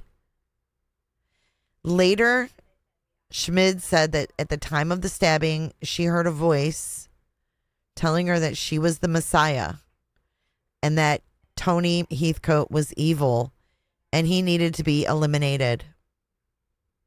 Following a jury trial, she was convicted with verdicts of guilty but mentally ill. And then an appeal ensued. And then I think what we see here is that she was paroled. So how do we feel about this, right? Access is like, did she really need to get him naked and in that uncompromised position? But apparently, it sounds like they were playing a sex game and he triggered her. Do you believe that? 39 times. So it says here, a woman who stabbed her boyfriend 39 times during sex game is given parole after 18 years behind bars. Supporters of Anastazia say she's a different person than the one who brutally killed Tony Heathcote. She's gone on to get an education and help other prisoners behind bars. So they overturned her conviction and ruled that she didn't get a fair defense because her attorneys never requested a competency hearing, despite the fact that she was, as subsequent testimony during the appeals process claimed, psychotic and heavily medicated during the trial, rendering her unable to understand the proceedings. Ooh, wow. After the verdict was vacated in May, Tippecanoe County Prosecutor, I like that, Tippecanoe County Prosecutor Patrick Harrington had 120 days to decide whether he wanted to appeal the judge's decision or retry the case. Harrington opted to negotiate a deal with Schmid and her attorneys that allowed her to plead guilty to voluntary manslaughter. She received a 44-year, 299-day sentence for the new charge, but was released Tuesday morning after receiving credit for good behavior and other cuts to reduce the time to served. While in court, she apologized to his family for killing her one-time love. Her stepmother said, "I believe with all my soul you are a manipulator and a liar." Tony's stepmother. God will know the truth. They don't believe she's remorseful. Where is she now, I wonder? They said the model prisoner enrolled in every program available to her. And when no others remained, she created new ones. She earned an associate and bachelor's while behind bars and is currently enrolled in a master's degree. She also worked as a writing instructor, art therapist, and yoga instructor to other women in the jail. She will be on probation for 2 years. And this was she's off. This was in 2019. This is in 2019. She's free. I wonder if she's changed her name. Or she came back as Taylor Shabusiness. Because she's a real wild one. So what do you think of this one? I think this one was a little wild. This seems like she went a little above and beyond. She's a wackadoodle. A wackadoodle. And I hope that she's taking medications and shit. Like, do they monitor that only when you're on probation, right? Thank you, Jason, for the $5 super chat. Did you guys follow Taylor's business? Was her boyfriend ever investigated for child SA, says Pretty Hate? I don't know. Doesn't seem like it. Because she stabbed him 39 times because she didn't report it. She found out, and then 3 days later, she did this.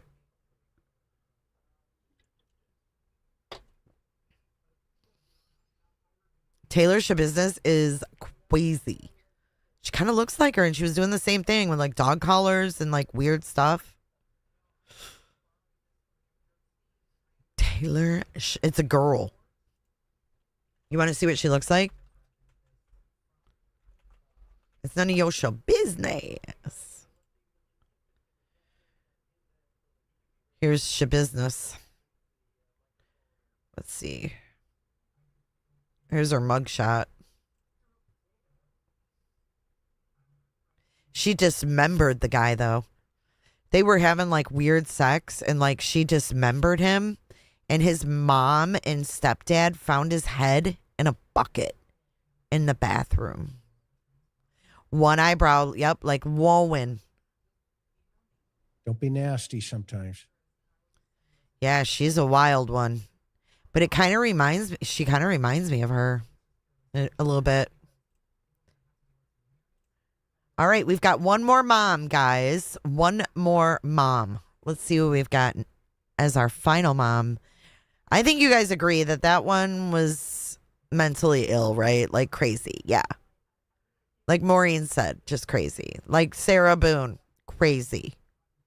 Yeah, she's just fucking nuts. I hope her daughter's doing okay. I mean, how fucked up, you know? Right. Always, it's always got to involve Florida. You know it. Danyale Harris is our next mom. This is our finale. And I guess we're going out with a bang on this one, guys. Crazy. Nuts. She's a wackadoodle. A wackadoodle. You guys heard of this one? Danyale is Danyale Harris. This is... Okay, so she found a video involving her 12-year-old daughter and an adult man. She went with an armed group to confront him, and another man was killed. Okay? So this is like when we were talking before, like, like when that woman shot in court, she could have shot someone innocent. It's just good she had a good shot. But this one, an innocent man died. So let's go.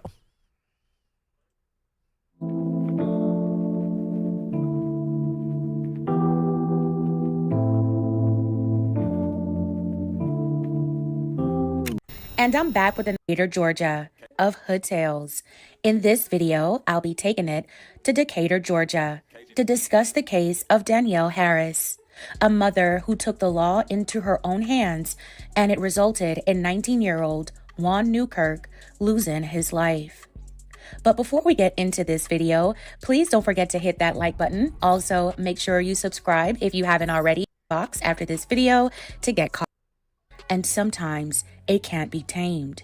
There's nothing she wouldn't do to make sure her babies are safe. And God forbid, something bad happens to one of her children. She's liable to go eye for an eye. For 42-year-old Danyale Harris, her instinct to protect... There's Danyale Harris right here. This is from Tony 2 Times TV. Her young took over after she found out that an adult male had been inappropriate with her daughter. On March 31st, 2020, Danyale discovered footage of her 12-year-old daughter doing things with a 22-year-old man, later identified as Antonio Harley. Danyale was probably shocked, disgusted, and angered by what she saw. I couldn't imagine having to see something like that involving my own child. The next day, at around 3:30 a.m., Danyale went to DeKalb County Police and filed a police report with the Special Victims Unit. The officers who Danyale spoke with warned her not to let her anger get the best of her and do not attempt to get revenge. The detectives would contact her and they would handle matters from there. Danyale, understandably still upset, did the opposite and decided to take matters into her own hands. Okay, well, she reported it to the police and then did this. That's kind of a dumb decision, huh? Right, Marcy? Oh, God, it kind of reminds me of Beatrice. Like, oh, shit. Report it to the police and then go take it into your own hands. Not a good idea. Hours later, Danyale and a group of people, including 19-year-old Juan Marquez Newkirk, headed over to where Antonio was known to be living. 3 of the people in the group were armed. Danyale drove the group over to an apartment complex near the intersection of Wesley Chapel and Snapfinger Road to confront Antonio Harley. I agree. The cops must have seen how pissed off she was for them to say that. Like, don't take matters into your own hands. Chill. We'll take care of it. She didn't give justice a chance, says Nick. And then Ark says, well, if there's a video of her child being abused, I can't blame her for wanting to, but I don't like innocent people being pulled in and losing their life. Yeah, I can't imagine seeing my child in a video like that. Oh my God, I would lose it. I don't even know if I would see straight, to be completely honest with you. Yes, Lisa, full of rage. I probably would have done something really stupid too. Like, I think that it would be very easy for someone to do something really stupid. But the sad thing is, no one that went with her tried to talk her out of it. It doesn't seem like they were willing participants, which is bad stuff, right? All of it. They arrived at around 1 p.m. and Danyale instructed her daughter to point out what apartment Antonio lived in. After her daughter pointed out the apartment, Danyale then knocked on the door with the rest of her crew standing right behind her. She brought the kid with her? Ooh, I don't know if I don't like that. Antonio didn't come to the door. Instead, he walked around the side of the apartment building to see who was there. Antonio was spotted by Danyale and the group, and they began to chase him. Antonio ran back towards the apartment and managed to make it inside through the back door. As Antonio closed the door, gunfire broke out as a person in Danyale's group fired the first shot, striking Antonio in the chest. Antonio's younger brother returned. Ciroc, you could just come in and say Happy fucking Mother's Day instead of coming in and saying, what is this? The Wine Mom Convention? The fuck does that even mean? You know, you're one of the disrespectful assholes we talk about. You could have come in here and been nice. It's fucking Mother's Day. Go call your mom. Why are you fucking coming in trolling women on Mother's Day? Get the fuck out of here, dude. Get a real picture. Turned fire in an effort to protect himself and his 5 younger siblings who were inside the apartment. During the exchange of shots, Juan Newkirk was hit. Law enforcement arrived at the scene to find chaos. Unfortunately, 19-year-old Juan later passed away from his injuries. Juan was loved and cared for, and at just 19, he had his whole life ahead of him. As Juan was being laid to rest, Danyale was charged with multiple charges, including Juan slaying. 2 others involved in the confrontation were also charged. Antonio Harley survived his injuries. He was later charged in connection to the things he's accused of doing to Danyale's daughter. Danyale's trial began in March 2024. Happy On Mother's March Day, Debbie. A jury found Danyale guilty of felony hit, aggravated assault, conspiracy to commit aggravated assault, and possession of a firearm during the commission of a felony. Damn. Immediately after the guilty verdicts, the judge sentenced Danyale to life in prison with the possibility of parole, plus 5 years. Antonio Harley's case involving Danyale's daughter is still pending. He is innocent until proven guilty. May Juan Marquez Newkirk continue to rest in peace. My belated condolences to his family and loved ones. I send them my well wishes. Juan tragically lost his life attempting to assist Danyale in her plot for revenge. He probably thought he was standing up for what he thought was the right thing to do. He was caught in the crossfire of a situation that really initially he had nothing to do with. I understand what Danyale was trying to do, but I don't think she went about it in the right way. All right, so what do you guys think about this one? This is our final one of the day of Mother's Day. Justice, revenge, or murder. She's spending the rest of her life in prison. Yeah, I just pinned it. You're a dog mom drinking Stella. Well, happy Mother's Day. Pretty hate. Revenge for sure. I mean, I understand the motives, man. I would lose my shit too if I saw that kind of shit in my daughter. But rage, revenge. Revenge, revenge. But damn, you guys. Out of most of these women, most we found justified. And I think it really shows like how far we've actually come, you know, as a society. Besides, you know, the rando person coming in with no profile picture. But yeah, if you want to have a glass of wine, have a glass of wine. Have a bottle of wine today, ladies. Do it. Roberta. Do it. Jen Fisher says revenge. Nick says she tried to protect her own child and took someone else's. Yep. And that kid was only 19. Not okay. And that the system failed them. Yep.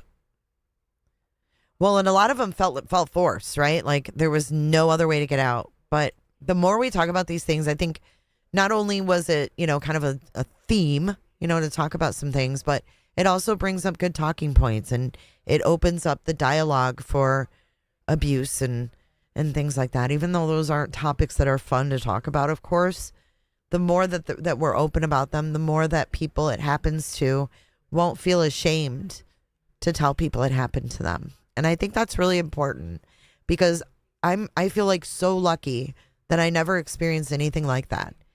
And I think that if having simple conversations can help advance thoughts and processes and allow people to feel comfortable if somebody does something to them, that they don't feel embarrassed or ashamed or anything like that because we're talking about it. Thank you, Michelle. Thanks for being here. It's an important topic, you know, and with you know, a little thing behind it for us to watch and analyze in our own brains. Who and why? The more you talk to people, they realize they aren't alone. Aw, Mary, I'm so glad. I know a lot of people have had a lot of bad things in their lives, and I just want you to know that you're not alone, and there's people that feel the same way as you. Can we watch Olip's latest short for a palate cleanser? Okay. Let's see. What has she got going on here? Is it Trisha? Oh, Lord. You know what? I even say Happy Mother's Day, Trisha. Happy Mother's Day, all of you, honestly. Let's see. Shorts. Let's see what she's got going on. Trisha got high. Okay. Here we go. This is from Olip. A little bit of drug experimentation when I was younger. Okay. And again, remember, when I make a mistake, not my fault. It's my parents, somebody else, not me. 18 years old. I'm on a camping trip with my boyfriend, who became my husband, and a couple other friends. You know what's really funny is I have this video in my watch later. This this was in her jean jacket era, if you will. And they bring out this pan of brownies. And back then, I had a real eating problem. I could eat anybody under the table. My stomach was endless. And I'm like, oh, great, brownies. And my friend said, no, these are marijuana brownies. So, you know, just kind of take it easy. Well, I'd only tried pot once before, and I didn't like it. Didn't do anything for me except make me tired, which is the last thing I needed. And so I ate one, and I waited a good 2 minutes. The music? So I ate another one, and everyone's chatting, and I waited probably 90 seconds, and nothing happened. Because I'm assuming it's just like smoking it, but you're ingesting it. I ended up eating 6 of these suckers. And you know, I don't know if you've ever heard people say, oh, you can't hallucinate on pot. You can't overdose on pot. Yes, you can. I did that night. I was She says you can overdose on pot. hallucinating. I was begging them to take me to the doctor. When I walked, I was in the air. I was off the ground like 6 inches. When I walked, I was in the air. I was off the ground 6 inches. Stop it.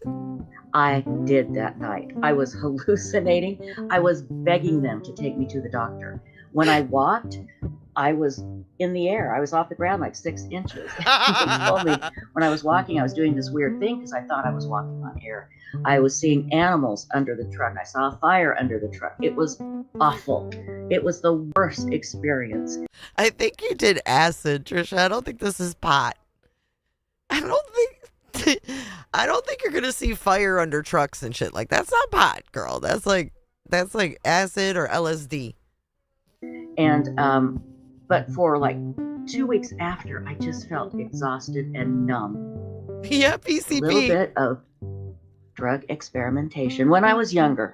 Okay. And again, remember, when I make a mistake, not my fault. My parents, somebody else, not me.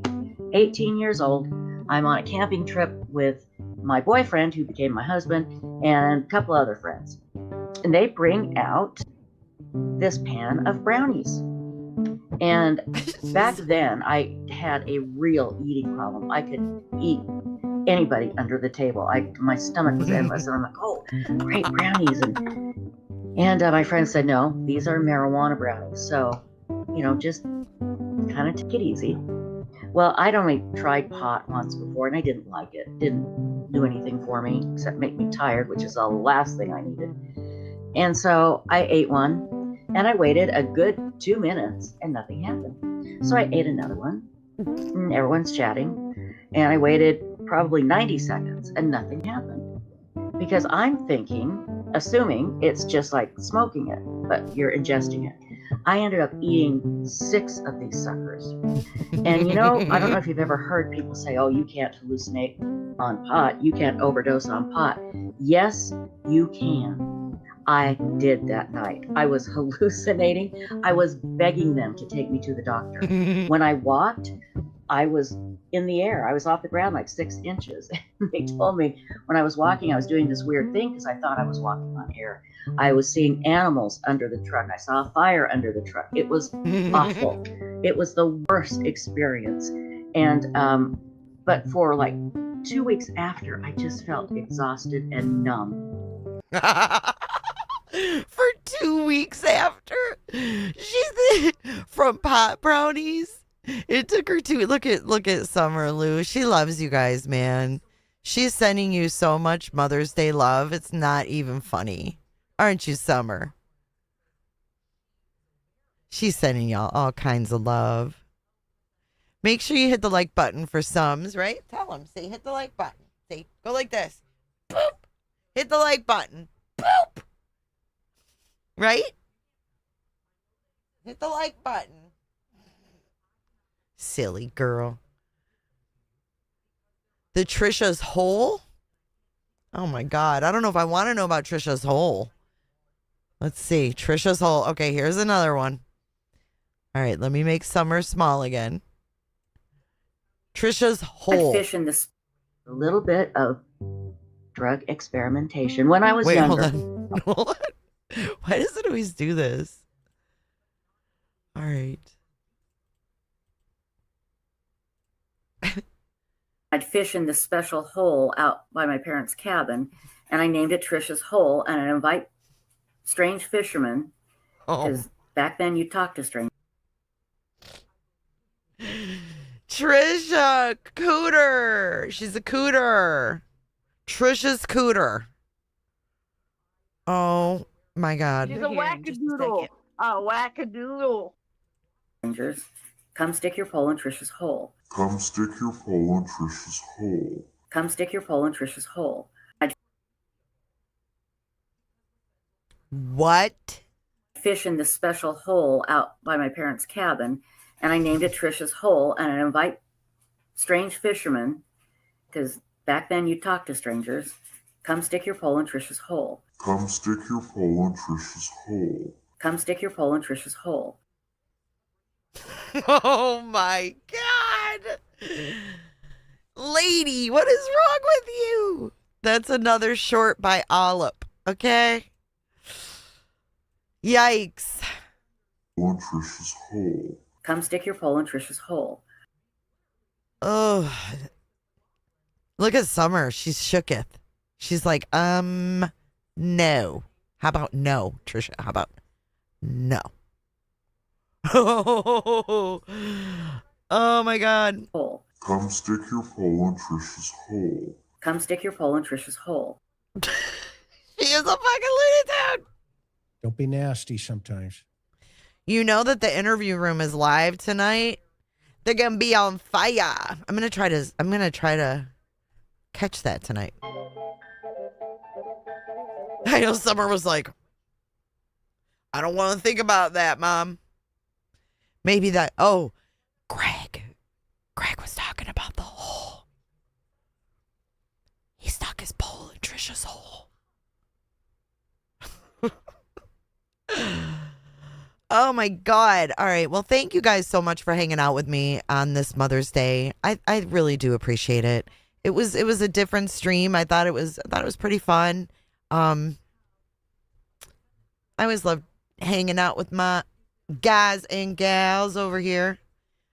They are talking about Nancy Guthrie and oh, I got to show you their freaking thumbnail. Hold on. Don't go anywhere. You guys are going to shit.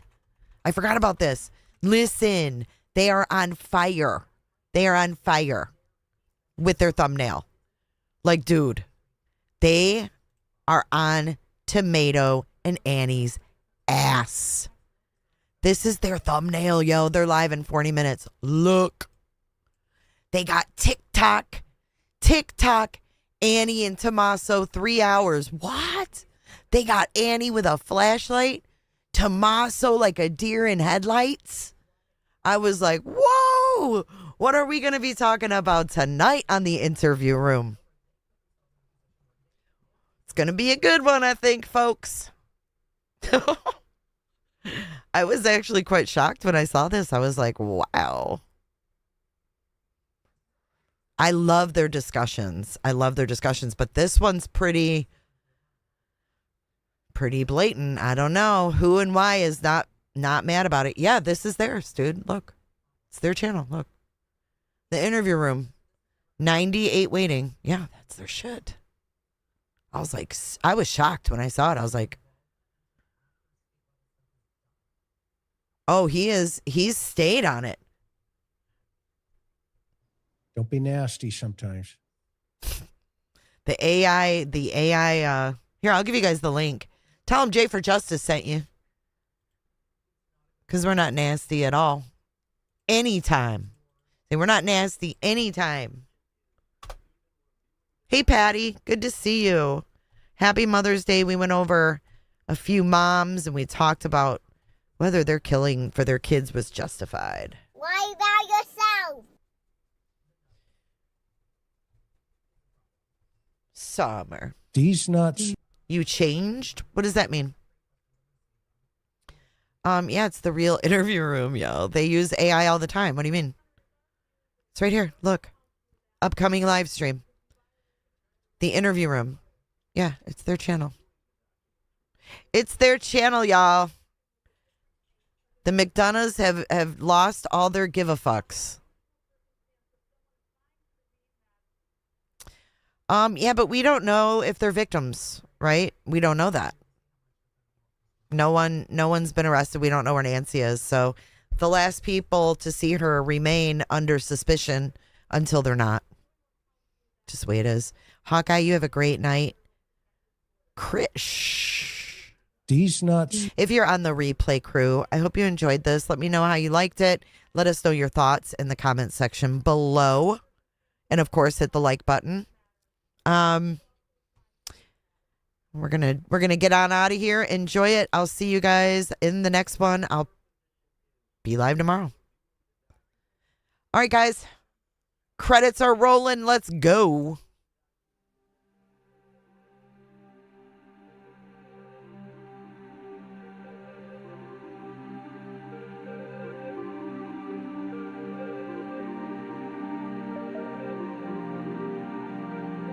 Thank you so much for watching. If you enjoyed this live stream or video, make sure to give it a thumbs up and hit that subscribe button so you don't miss out on my latest content. Want to take it a step further? Bring it all in. And join our community clickers by becoming a Patreon or a YouTube member. You'll get exclusive access to our Discord server, special channel perks, and much more. Until then, I'll see you in the next one. Click. It's real easy, man.